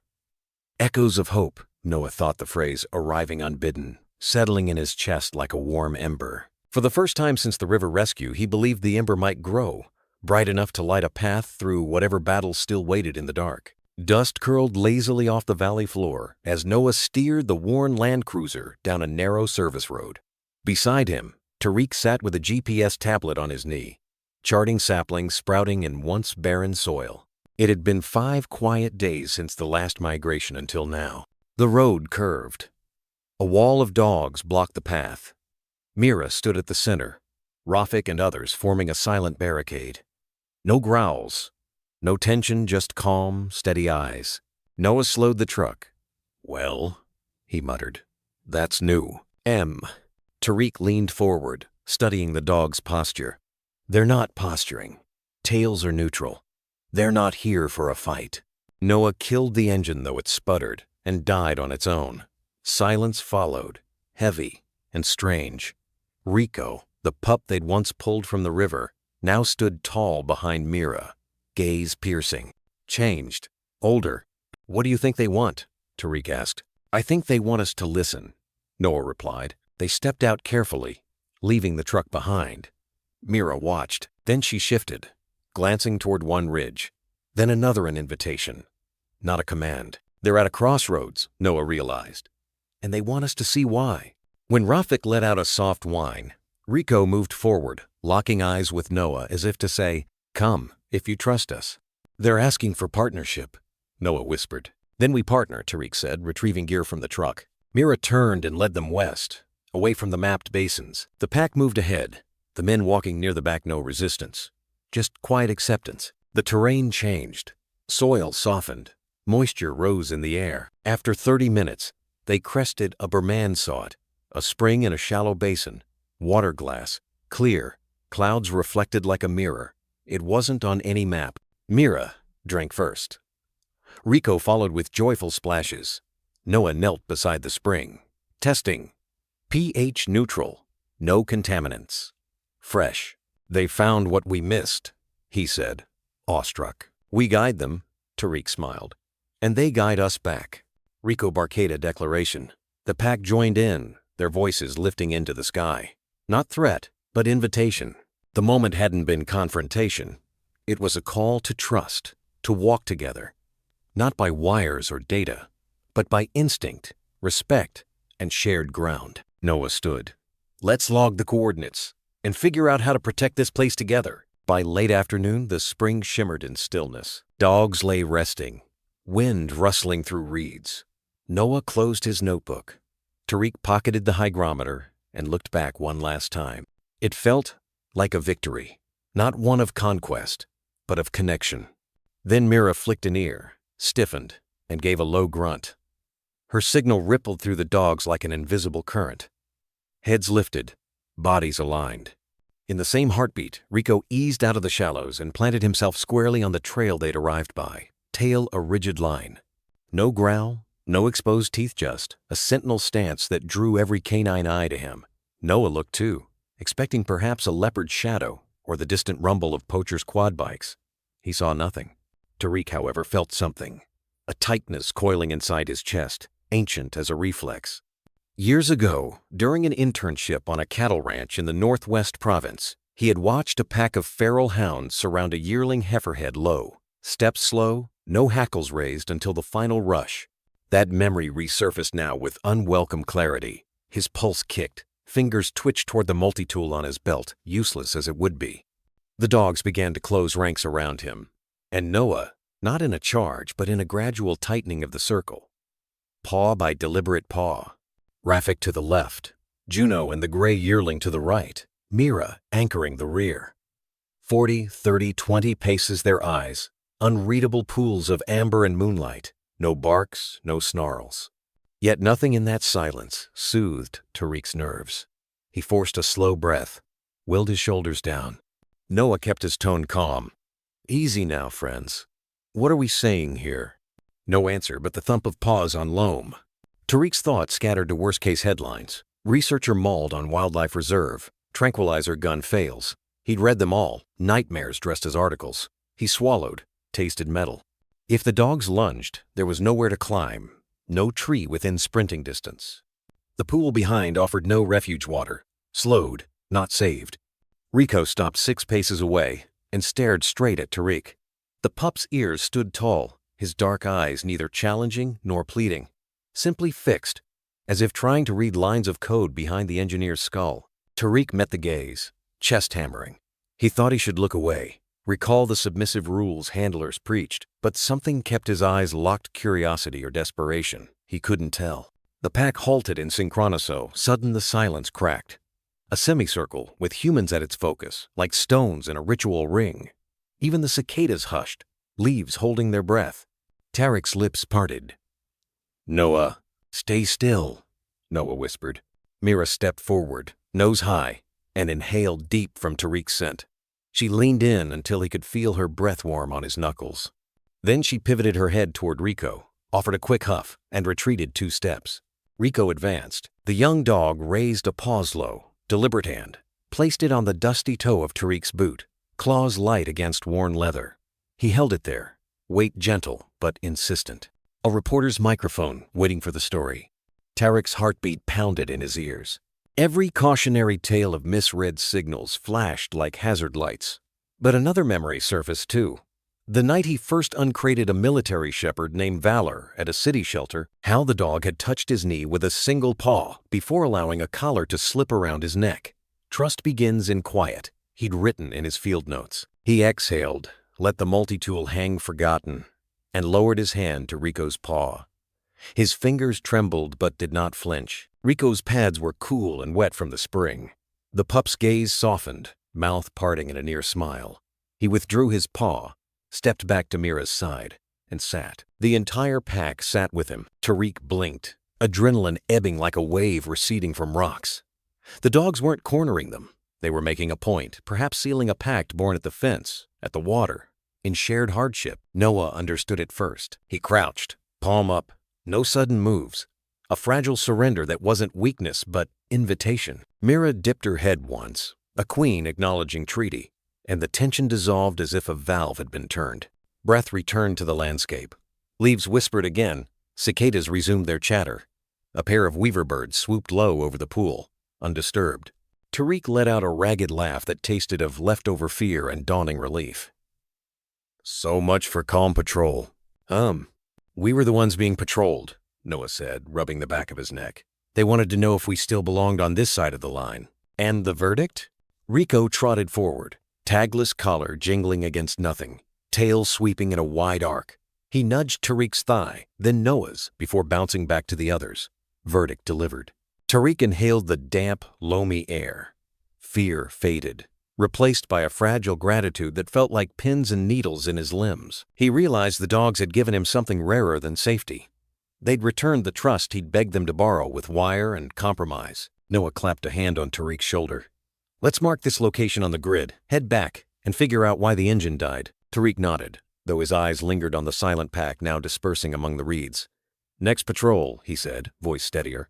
"I'm packing extra biscuits." Diplomatic gestures. "Consider them ambassadors," Noah replied. They began the walk to the stalled land cruiser, neither man turning his back on the dogs, but no longer from caution now, from courtesy. Behind them, Rico watched until they reached the bend, then disappeared into tall grass, the last flick of his tail writing a small promise in dust. Partnership, renewed, without a single word barked. Tariq and Noah had almost reached the waiting land cruiser when a tremor of sound stopped them mid-stride. It started so low Tariq first mistook it for wind sliding through reeds. Then it thickened, deepened, gathered like voices at the back of a cathedral. He turned. Across the fading light, the dogs stood once more in formation O. Longer a cautionary wall, but a living choir, chests lifting in perfect, tidal unison. The first note came from Rafik, a bass rumble rising out of his barrel chest, neither growl nor bark. It resonated through the evening air, took root in Tariq's sternum. Then Juno's alto joined, softer, weaving around Rafik's tone the way two desert rivers braid without mixing. Zeke followed, older, gravel in his throat hatting, an edge that made the hairs along Tariq's arms stand in salute. Mira inhaled, muzzle tipped to the bruised purple sky, and released a low-pitched howl unlike any Tariq had heard. It was not mournful, not warning. It was closer to a trumpet call from some ancient ceremony, each wavelength heavy with history. Her note slid between the others, lifting them higher, shaping them into harmony. One by one, the rest of the pack found their place in the chorus evolving in real time, instinct carving music from breath. Layers of timbre folded over one another, neither dissonant nor perfectly aligned, like a 1,000-year chant echoing off canyon walls. The air itself seemed to pulse, as if some invisible drum hammered against the clouds, sinking human hearts to canine lungs. Noah removed his battered hat, clutching it to his chest. His eyes reflected the sky's last ember-odd, almost childlike. "Trumpets in fur," he whispered, voice cracking around the phrase. "That's what it sounds like." Tariq could only nod, throat tight. Every research paper he'd read on canine vocalization spoke of howls, marking territory, or locating packmates. None mentioned this, a layered hymn blooming out of sheer collective will, answering no threat, summoning no mate, but voiced because something within them overflowed. Near the front, Rico stood taller than Tariq had ever seen him, paws planted, ribs expanding to drink the living music. For a beat he listened, head tilted as though trying to memorize every resonance. Then he found his own pitch higher than Rafik's, brighter than Juno's, still unsteady from youth, but fearless. He loosed a single, crisp bark that cracked the air like a cymbal kissed by a mallet, sharp and ringing. The chorus hushed in a gentle ripple, accepting Rico's accent, note the way a choir pauses for a bell. Silence followed, so pure the brittle grass seemed to hold its breath. A second later, a collective exhale broke over the clearing, tails loosened, paws eased. The performance, if that word did it justice, had ended. Yet an after-sound lingered memory of vibration in bone and air. Tariq felt it thrumming at the hinges of his jaw, as if the dogs had reached through their music to retune the frequencies of everyone listening. Rico trotted forward, stopped a meter from Noah, and looked up with bright, questioning eyes. Without thinking, Noah knelt and pressed his forehead to the pup's.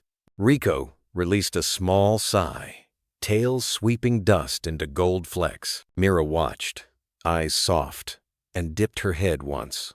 The slightest nod of sovereignty granting recognition. Alliance acknowledged, sealed not with contract but with song. Tariq swallowed the lump in his throat. "They were thanking us," he managed. "Not just us. The land, the water, all of it." Noah drew back, palm still on Rico's neck. "I've heard stories," he said quietly, "of wolves harmonizing at birth sites, of dolphins clicking around rescued calves, but I never imagined I'd stand inside it." The light faded to a velvet blue. Fireflies flicked on, tiny lanterns echoing the melodic glow just past. Tariq glanced at the dead truck and almost laughed. How silly, he thought, that he'd feared mechanical failure. The universe had stalled their engine so they wouldn't miss this testament of gratitude. A breeze carried the spring's cool scent toward the Marth. Moss, distant rain. It wound through the wires of the fence far behind, made them sing a faint metallic counterpoint as if paying homage. Rico bounded back to the pack, leaping at one of the yearlings, barking twice in playful bravado. The others answered with shoulder nudges, gentle nips, tails flagging high. They dispersed into smaller knots, some settling near the water, others trotting in pairs along the newly discovered path. No lingering tension, no fearing of men. Just life resuming, richer than before. Noah rose, hat back on, eyes glistening. "When we write our reports," he said, voice rough velvet, "how do we describe this?" Tariq smiled through damp lashes. "We don't," he said. "We let the land speak for itself. Anyone who wants proof can come, stand here at dusk, and listen." They turned toward the cruiser. Noah jiggled the key, again no spark. He shrugged, content to walk the distance back under the newborn stars. Tariq collected the equipment, and together they set off along the dirt track, boots stirring small dust devils that soon settled behind them. Halfway up the rise, Noah paused. He looked back at the basin, now a silver bowl beneath the moon. The dogs were shadows moving in contented arcs, guardians and guided all at once. Tariq joined his gaze. "A once-in-a-lifetime moment," he murmured. Noah shook his head slowly. "Maybe," he said, hope flickering in his eyes like reflected starlight. "Or maybe the first of many if we keep listening." Below, a lone, low howl lifted a single thread of sound that rose, dipped, and faded into night. Not a warning, not a question. Just a promise carried on wind. The song would return whenever gratitude swelled too full for silence. The moon had climbed high by the time Noah coaxed the Land Cruiser back to life. Its engine coughed, then settled into a subdued purr almost reverent after the strange, primal harmony they'd just heard. He and Tariq rumbled only a short distance before parking on a bluff overlooking the spring. Headlights cut. They sat on the hood with canteens between their boots, letting the night settle around them like a second skin. Below, vague shapes moved through reed stalks, weaving like living constellations around the pool. No tension, only soft nips, yawns, the hush of water slipping over stone. The earlier chorus of howls had dissolved, but its resonance lingered beneath their skin like a vibration in the bones. Tariq stared up at the Milky Way. The adrenaline had drained, leaving behind an Akhenaten pain, but something bigger, like his ribs had stretched to hold more than breath. Noah sat quietly beside him, thumbing the rim of his canteen. Words felt brittle after what they'd just witnessed. He kept listening to the echo of Rafik's first rumble and how it unraveled fear. A shooting star split the dark. Tariq finally whispered, "I've spent my life with numbers, honest, predictable. But even numbers couldn't hold that song." Noah nodded, still watching the shadows below. "I once heard a violin section in Vienna, so rich it buckled my knees. But this wasn't art. It was conversation for whoever could understand." Silence wrapped them again. Somewhere behind, a nightjar called out. Noah glanced sideways. "When they closed in, I saw your shoulders lock." Tariq gave a crooked smile. Old fear. Stories repeated long enough cut trenches in the brain. He looked at his palms. "But Mira's paw print," she filled one. A soft chuckle passed between them. "I tell handlers all the time, dogs sense what people barrel past.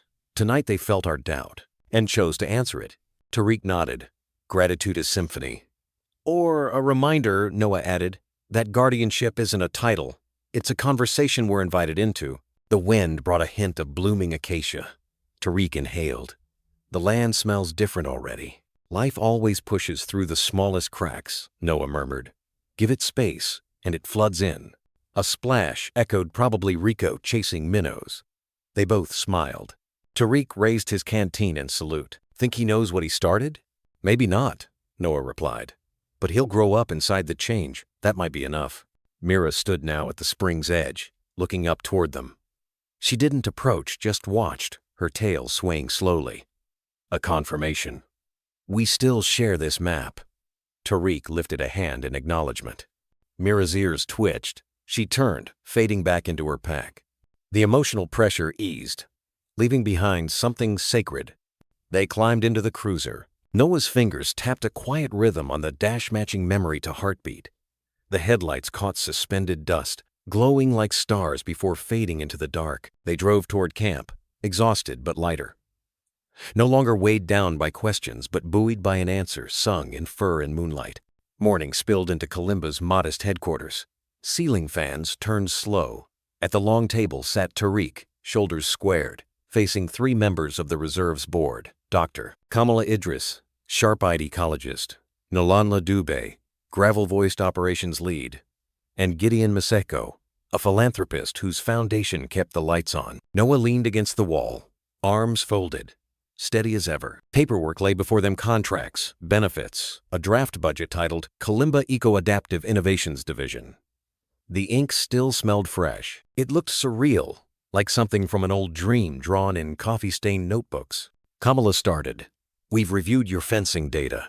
Vegetation up 23%. Dog cortisol levels down. Water markers clean. In short, your methods work, and we need more. Nakhlanla leaned in. Our challenges are shifting poaching tech, climate spikes, groundwater theft. We can't react with outdated tools. We want you to lead a new division, build systems that help the wild heal before crisis hits. Gideon added gently, permanent post, full autonomy. You'd shape the future not just here, but across reserves, region-wide. Tariq's ears rang. This was the dream. Not city skylines, but tools that bent toward balanced designs, measured in paw prints and plant regrowth. But under the rush of possibility sat a quiet weight. He thought of circuits, sensors, yes, he understood those. But what had just worked in the basin wasn't code. It was connection. What if he got it wrong next time? Noah met his eye. You okay? Tariq inhaled. The memory of Rico's paw on his boot returned, soft but undeniable. Still, uncertainty tugged. Kamala misread his silence. Compensation is flexible. Housing? Lab upgrades? It's not that, he said, voice catching. The board fell still. Tariq placed his hands flat on the table. I'm honored. But before I sign, I need to be clear about scope. Technology can solve, yes, but it can also dominate. I won't design anything that crosses that line. Kamala nodded. That's the line we're trying to redraw. What we saw last night was cooperation, not control. Nahlanla added, every project will have oversight ecologists, behaviorists. You'd have checks. Coexistence is the goal. Gideon smiled. And remember, saying yes doesn't mean losing caution. It means bringing it into the room. Tariq felt the knot loosen slightly. Noah stepped in. I've seen him work. He questions everything. That's the lens we need. I'll stay on too, veterinary liaison. We'll keep each other honest. A flicker of relief passed through Tariq's weight. His eyes drifted to the window. Outside, trucks rumbled toward rehab pens, seedlings stacked high. Beyond them, Mira's pack trotted the restored corridor, sleek and assured. The fence shimmered faintly, not a wall, but scaffolding for rebirth. He turned back. All right, I accept. On one condition. Kamala raised a brow. Which is that every design passes what I'll call the Rico test.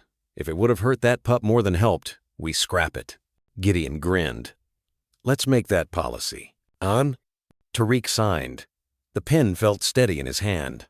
Noah nodded a silent, welcome to the harder road. That evening, moonlight silvered the reserve.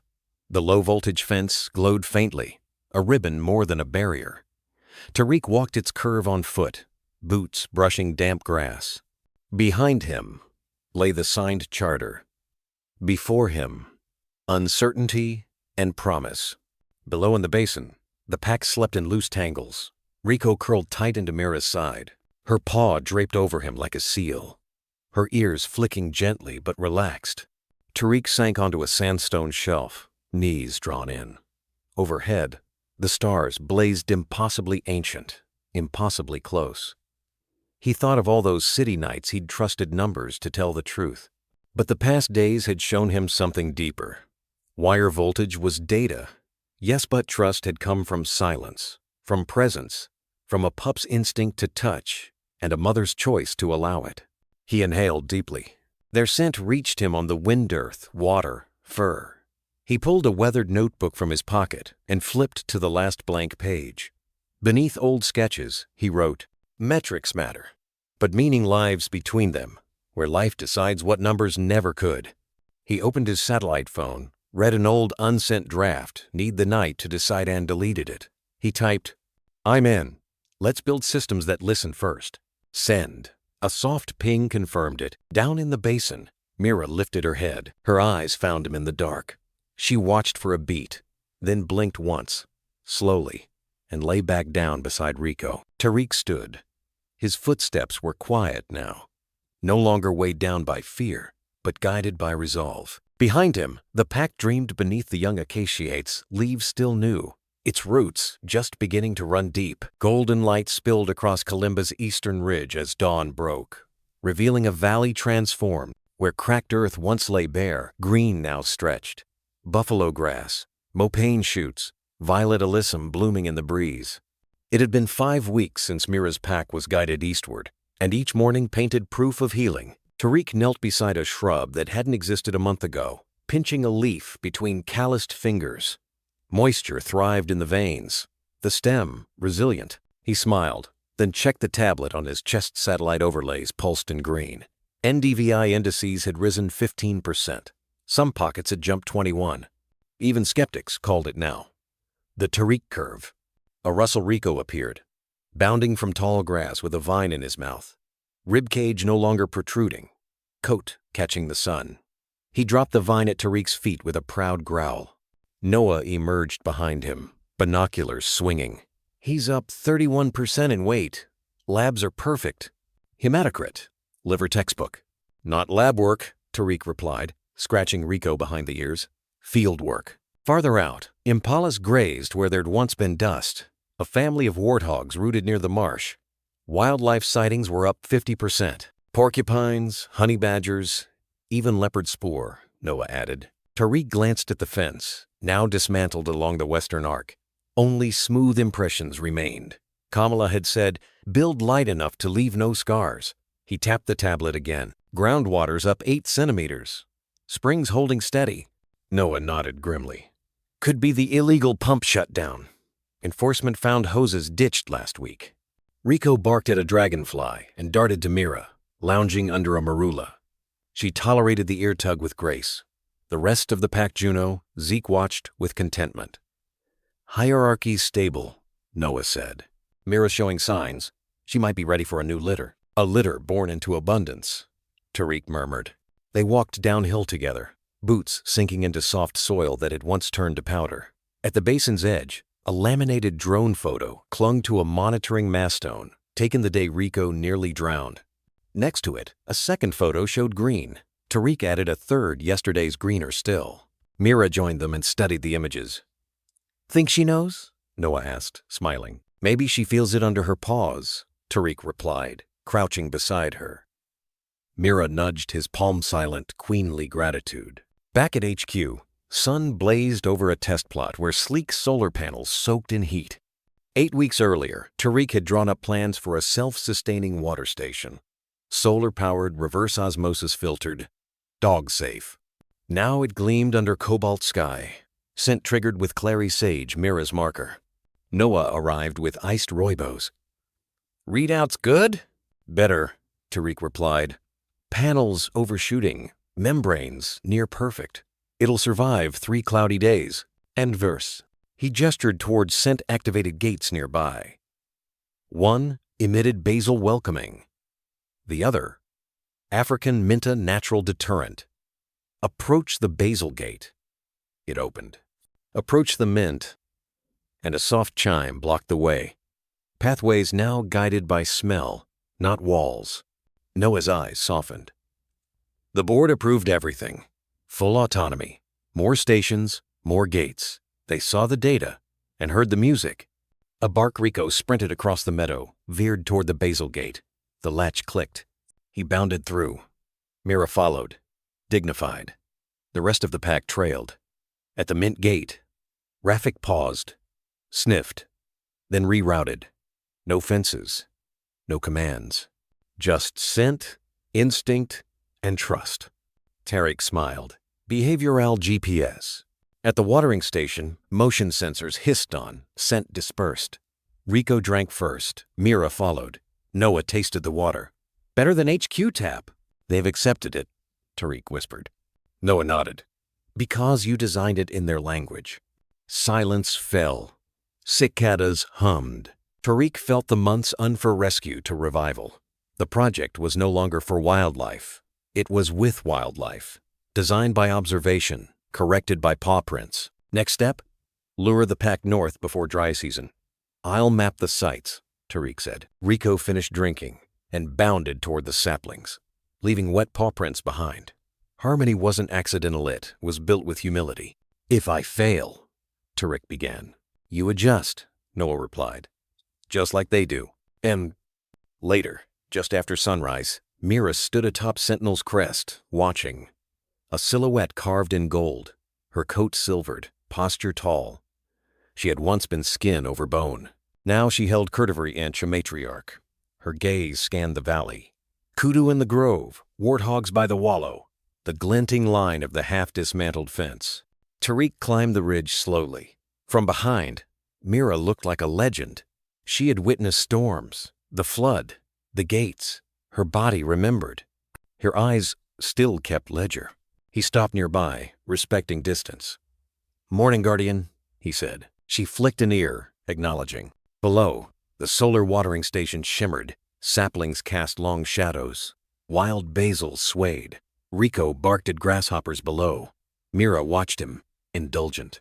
Tariq knelt beside the weather mast, adjusting sensors.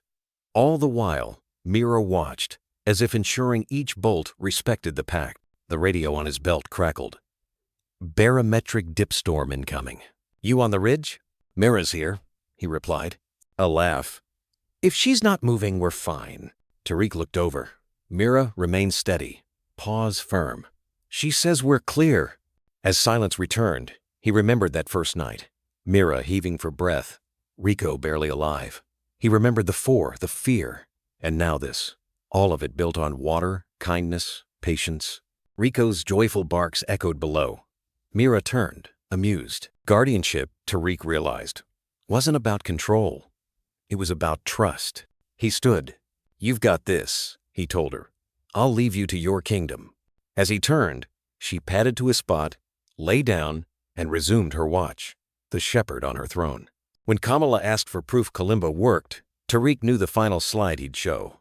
Mira, on Sentinel's crest, sun rising behind her, valley reborn below, clouds gathered on the horizon.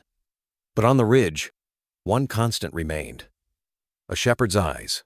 Keeping time with the dawn, night surrendered to a hush of pale lavender as the first light bled across Kalimba's horizon. Yet the southern birthing den was already alive with soft rustles and breathy whimpers.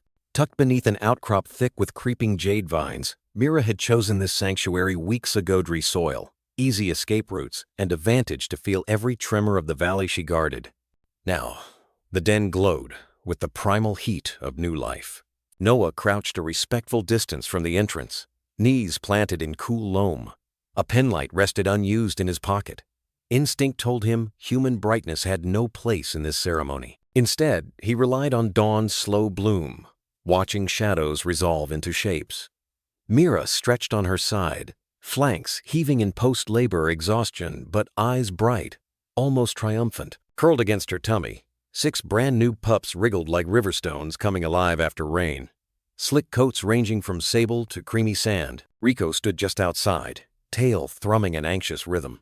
At 20 months, he was no longer the runt who nearly drowned, but a tall, sinewy sentinel with the hint of adult mane along his neck. He'd paced the clearing all night, ears pinned to every squeak from the den, uncertain if joy or duty tugged harder at his chest. Now, with pups breathing steady, He lingered curiosity, twitching in every muscle. Noah exhaled a breath he hadn't realized he'd been holding.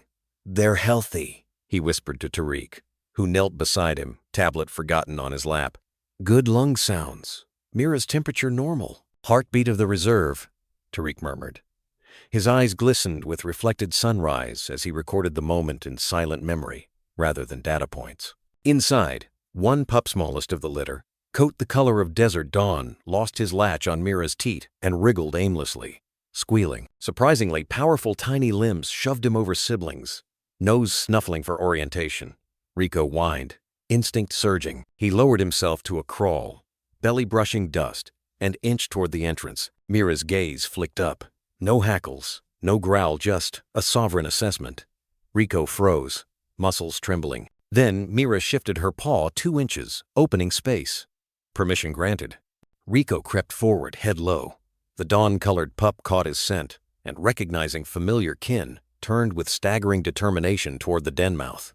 He scrabbled across dirt, over Rico's forepaw, tiny claws ticking like rain on tin, until he collapsed in the soft fur of his older cousin's leg. Rico's ears flared backward in shock.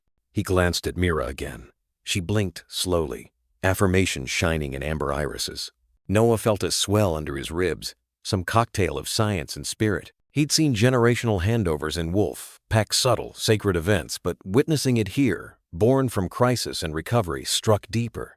"The circle continues," he breathed. Rico lowered his head, nose nudging the pup's flank, inhaling that warm, milk-sweet scent unique to newborns. The little one answered with a hiccuping squeak and burrowed into the hollow beneath Rico's chest, content as if guided by ancestral map. Rico stiffened at first, then melted, curling gently around the fragile body. His tail draped protectively, tip-tapping on the ground, a heartbeat in fur. Tariq wiped a sleeve across moist eyes. "Remember when he fit in one hand?" "He still does," Noah said softly. "Just not ours anymore." He leaned closer, voice hushed. "Look at Miravital's steady. 8 weeks of clean water and forage made all the difference. Her calcium levels were textbook perfect yesterday. She had the reserves to whelp strong, and the land fed her," Tariq added, pride warming his words. "Stations, gates, new browse technology woven into ecology." A francolin shrieked somewhere uphill, heralding full sunrise. Light cascaded through acacia leaves, dappling the den entrance in gold. It kissed Rico's coat, highlighting the muscular expansion beneath his adolescence. It glazed the pup's downy fur like molten amber. It rested on Mira's face, crowning her matriarchal calm. Other pack members began to materialize among bushes, summoned by instinctual message. Rafik hobbling slightly from age, but eyes ablaze with pride. Juno circling once before lying just beyond the threshold, acting as living sentry. Each kept a respectful buffer, letting scent deliver the announcement before sight could intrude. Noah eased back, gesturing Tariq to follow. "Let them complete the ritual." They retreated to a fallen log that overlooked the clearing. From there they watched as the new pupe already claimed by Rico's heartbeat rooted again, and found Mira's teat, tail trembling with satisfaction. The elder dog's eyes softened, though fatigue hung heavy on her lids. A slow, contented exhale left her muzzler queen at peace with succession. Tariq spoke without breaking the quiet reverence. "Funny. My designs, your medicine, their scaffolding. But the pack writes the final blueprint." Noah smiled, lines at his eyes deepening. "Which means our real task is to keep the scaffolding light enough that life continues to build on its own." They sat in companionable silence. Dawn, stretching into early light. Somewhere in the distance, the wind played a faint melody across the half-dismantled fence, blending with rustling grasso-whispered reprise of the dog choir's anthem weeks before. In the den, Rico rested his chin atop the pup, now sleeping between his forelegs. Noah thought of ripples. One rescue leading to a fence leading to recovery, recovery birthing new life. And he knew that years from now, when reports measured Kalimba's success, they would cite vegetation graphs and water tables. But he would remember this single image as the true metric. A once fragile dog, now protector. A newborn wrapped in the echo of survival, all beneath the silent blessing of the guardian who started it all. With the sun climbing, Mira finally closed her eyes, trusting the hilltop watch to others for a brief, well-earned rest. The circle had turned, stronger at every point, and Kalimba breathed out a promise that life guided by gentle hands and wiser paws would keep turning long after the ink on any contract faded. Late afternoon, light filtered through the bamboo shutters of Kalimba's research office, striping the floor in honeyed bands. The hum of a ceiling fan mingled with distant bird calls and the faint susurration of wind-blown grass. At a wide teak desk strewn with field notebooks, topo maps, and empty coffee cups, Tariq hunched over a laptop, fingers flying, eyes alight with purpose. On the screen, a proposal document blossomed section by section. Title: Adaptive Stewardship Framework for Semi-Arid Wildlife Reserves. Objective: scale Kalimba's scent-guided corridors, solar watering nodes, and low-voltage behavioral fencing to 3 pilot sites across southern Africa. Hypothesis: ecosystems recover faster when technology listens first. He paused at the executive summary, chewing the cap of a pen. Words mattered. They needed to capture what numbers alone could not. The sound of dogs howling gratitude, the sight of green returning to dust, the pulse of trust woven through wire and water. He typed, "Success is measured not just in hectare recovery or hormone baselines, but in the quiet moments when guardianship shifts from human hands back to wild hearts." A knock sounded. Noah stepped in, carrying 2 mugs of strong rooibos. His eyes reflected equal parts, fatigue and contentment, the look of a man who'd watched life resurrect itself and was eager for the sequel. He set a mug beside Tariq. "Been at it since dawn?" "Couldn't sleep," Tariq admitted, rubbing his neck. Kept thinking, if Kalimba can rebound this quickly, what about Matingwe, Kunsara, Sebakwe? They're deeper in drought, but they still have beating cores. Noah pulled up a chair, scanning the draft. "You outline the tech pillars well, but don't bury the human element.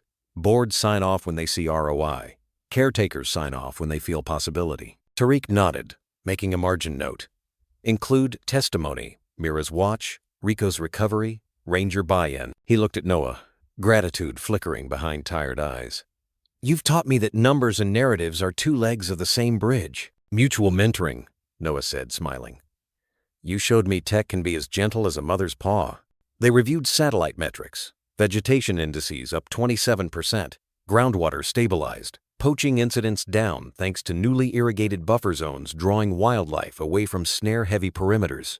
Each metric became a bullet point under projected outcomes. Noah leaned back. "We'll need partners, local universities, NGOs, and policy anchors so new management teams can't misuse the tech." Tariq opened a spreadsheet, slotting stakeholder columns. "Kamala has contacts at roads. Gideon can lobby ministries." He hesitated, tapping the keys. "But you and I present the proposal together. Co-authors." Noah's brows rose. "You sure? These are your inventions." Tariq met his mentor's gaze. "They're our story.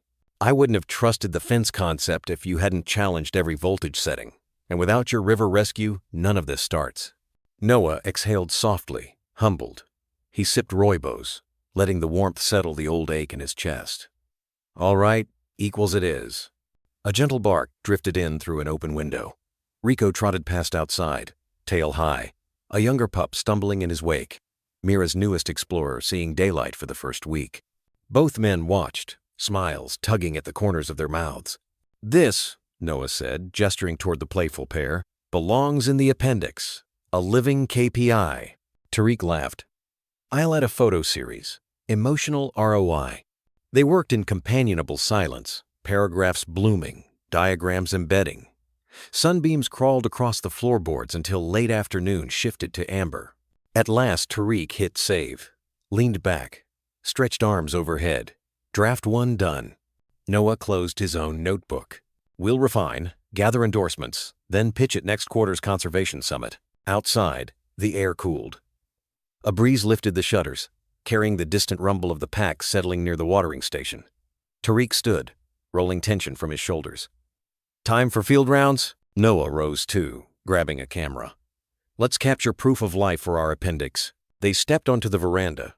Far off, Mira took her hilltop seat, the sun dipping behind her like a halo. Rico nudged the young pup toward a puddle, teaching him to lap. In that tableau, the 2 men saw their purpose crystallized, not conquering wilderness, but composing with it. Tariq glanced at Noah. "Shared mission?" Shared mission, Noah confirmed. Together they walked down the path, clipboards in hand, united by a bond forged in water rescue, tempered by wire, and sealed by a choir of howls ready to carry Kalimba's lesson beyond its borders, one gentle innovation at a time. A warm wind swept down from the high plateau, ruffling the acacia crowns and sending spirals of ochre dust dancing across the valley floor. Afternoon sunlight slanted through scattered clouds, painting the landscape in shifting bands of gold and pewter. Tariq and Noah stood side by side on Sentinel's crest, fresh copies of their proposal tucked into a leather satchel slung over Tariq's shoulder.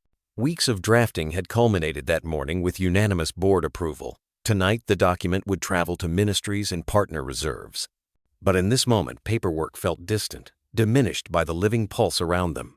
Below, the basin had transformed into a mosaic of greens and tawny yellows. Solar watering stations winked in the light, their panels angled like silent sunflowers. Saplings, once fragile, now reached chest-high, leaves trembling as insects flitted among them. Near the spring, Mira's pack lounged in lazy clusters, Rafik soaking in a patch of shade, Juno gnawing a marrow bone, the newest litter tumbling over Rico's outstretched paws. The breeze freshened, carrying the scent of rain yet to gather. Tariq inhaled, taste of iron and blossom on his tongue. "Feels like the land is exhaling," he murmured. Noah nodded. A deep breath after holding it far too long. As if in answer, Mira rose from her resting place. She trotted to a small rise within the basin, tail held high, ears swiveling. One by one, the pack's heads lifted. Even the pups paused mid-play, sensing a subtle change in the air. Rafik struggled upright, joints stiff but spirit willing. Juno abandoned her bone. They arranged themselves without command-concentric arcs facing different directions, as though mapping the compass inside their chests. Mira tilted her muzzle skyward. The note she released was soft nothing like the thunderous harmony of weeks past. It drifted on the wind, low and curved, a ribbon of sound that threaded through leaves and danced along the fence line now mostly dismantled. Rafik joined with a tone one register deeper. Juno wove her voice in gentle counterpoint. The yearlings followed, then the pups' thin squeaks, trying to find their place in the chord. Rico, standing tall near the center, added a clear tenor that carried farther than all the others, bright as new copper. The valley seemed to pause. Birds ceased their chatter. Grasses stilled. The dog's choir grew not louder, but richer, each voice a brushstroke on an invisible canvas. Praise, remembrance, anticipation. It climbed, twisted, settled into a slow-moving wave that rolled across the open terrain. The sound was not demand or warning. It was resonance like wind humming through canyon flutes, like distant surf murmuring against ancient cliffs. It filled the hollow of Tariq's chest, and tears sprang unbidden to his eyes. "This isn't guardianship anymore," Noah whispered. "It's gratitude, celebration." Tariq swallowed past the lump in his throat. "A song of survival," he managed, voice shaking. He thought of every wire threaded, every sensor calibrated, every sleepless night troubleshooting solar arrays. All of it condensed into this living chorus. The breeze carried the harmony outward. It skimmed the watering stations, making their aluminum skins sing faint overtones. It sifted through the fresh leaves of mopane saplings, setting them trembling like tiny cymbals. It climbed the ridge, curled around Tariq and Noah, and kept going over the crest into distant valleys where other reserves waited for restoration. Far below, the youngest pupped on colored like the one who'd crawled to Rico on his birthday let out a wobbling yip, overshooting the key. The pack's song dipped to tuck the note inside, folding imperfection into beauty. Tariq laughed, wiping his eyes. "Even mistakes belong to the music." Noah chuckled. "Nature's best orchestras never rehearse." The final phrase lingered, hovering like a held breath, then dissolved into breeze. Silence returned, ringing brighter than a cymbal crash. In its wake, a feeling settled promise, palpable as electricity before rain. Mira looked toward the ridge, meeting the eyes of the two humans. Her tail swayed once, a regal salute. Tariq felt the leather satchel at his side, heavy with signatures and projections. "We'll take the song with us," he said softly. "Every fence we raise will hum this note. Every gate will open to it.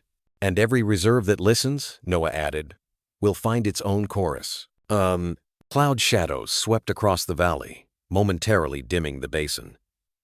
When sunlight returned, it gleamed on damp noses, on new leaves, on panels waiting to turn light into life.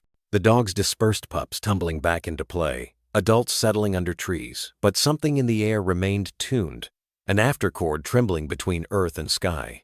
Tariq adjusted the satchel strap. Ready to carry the wind? Noah tipped his battered hat against the sun. Lead the way, partner. Oh. They turned from the crest, boots crunching gravel, descending the path that wound toward headquarters and beyond toward airstrips, boardrooms, dusty pickup beds, and all the places their shared mission would travel.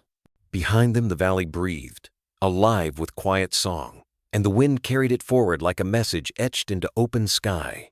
We endured, we healed, we rise. When we open our lives to animals, we discover love that speaks without words. A German Shepherd will stand guard through storms and share quiet sunshine at our side, loyal, in ways that remind us what trust truly means. The journey of Mira, Rico, and their family shows that when we listen with patience and act with kindness, both dogs and people grow stronger together. If you'd like gentle ideas for deepening the bond with your own four-legged friend-simple games that sharpen their mind, calm routines that ease their heart, I've been browsing a free guide from a small nonprofit training group. I found a few tips I'm trying with my old Shepherd at home, and it's added a little more wag to her day. No pressure, of course, just something to explore whenever you're curious. Thank you for sharing these moments with me. May every sunrise bring you another chance to feel that warm muzzle against your hand, and may we always treat our loyal companions with the same devotion they've already given us.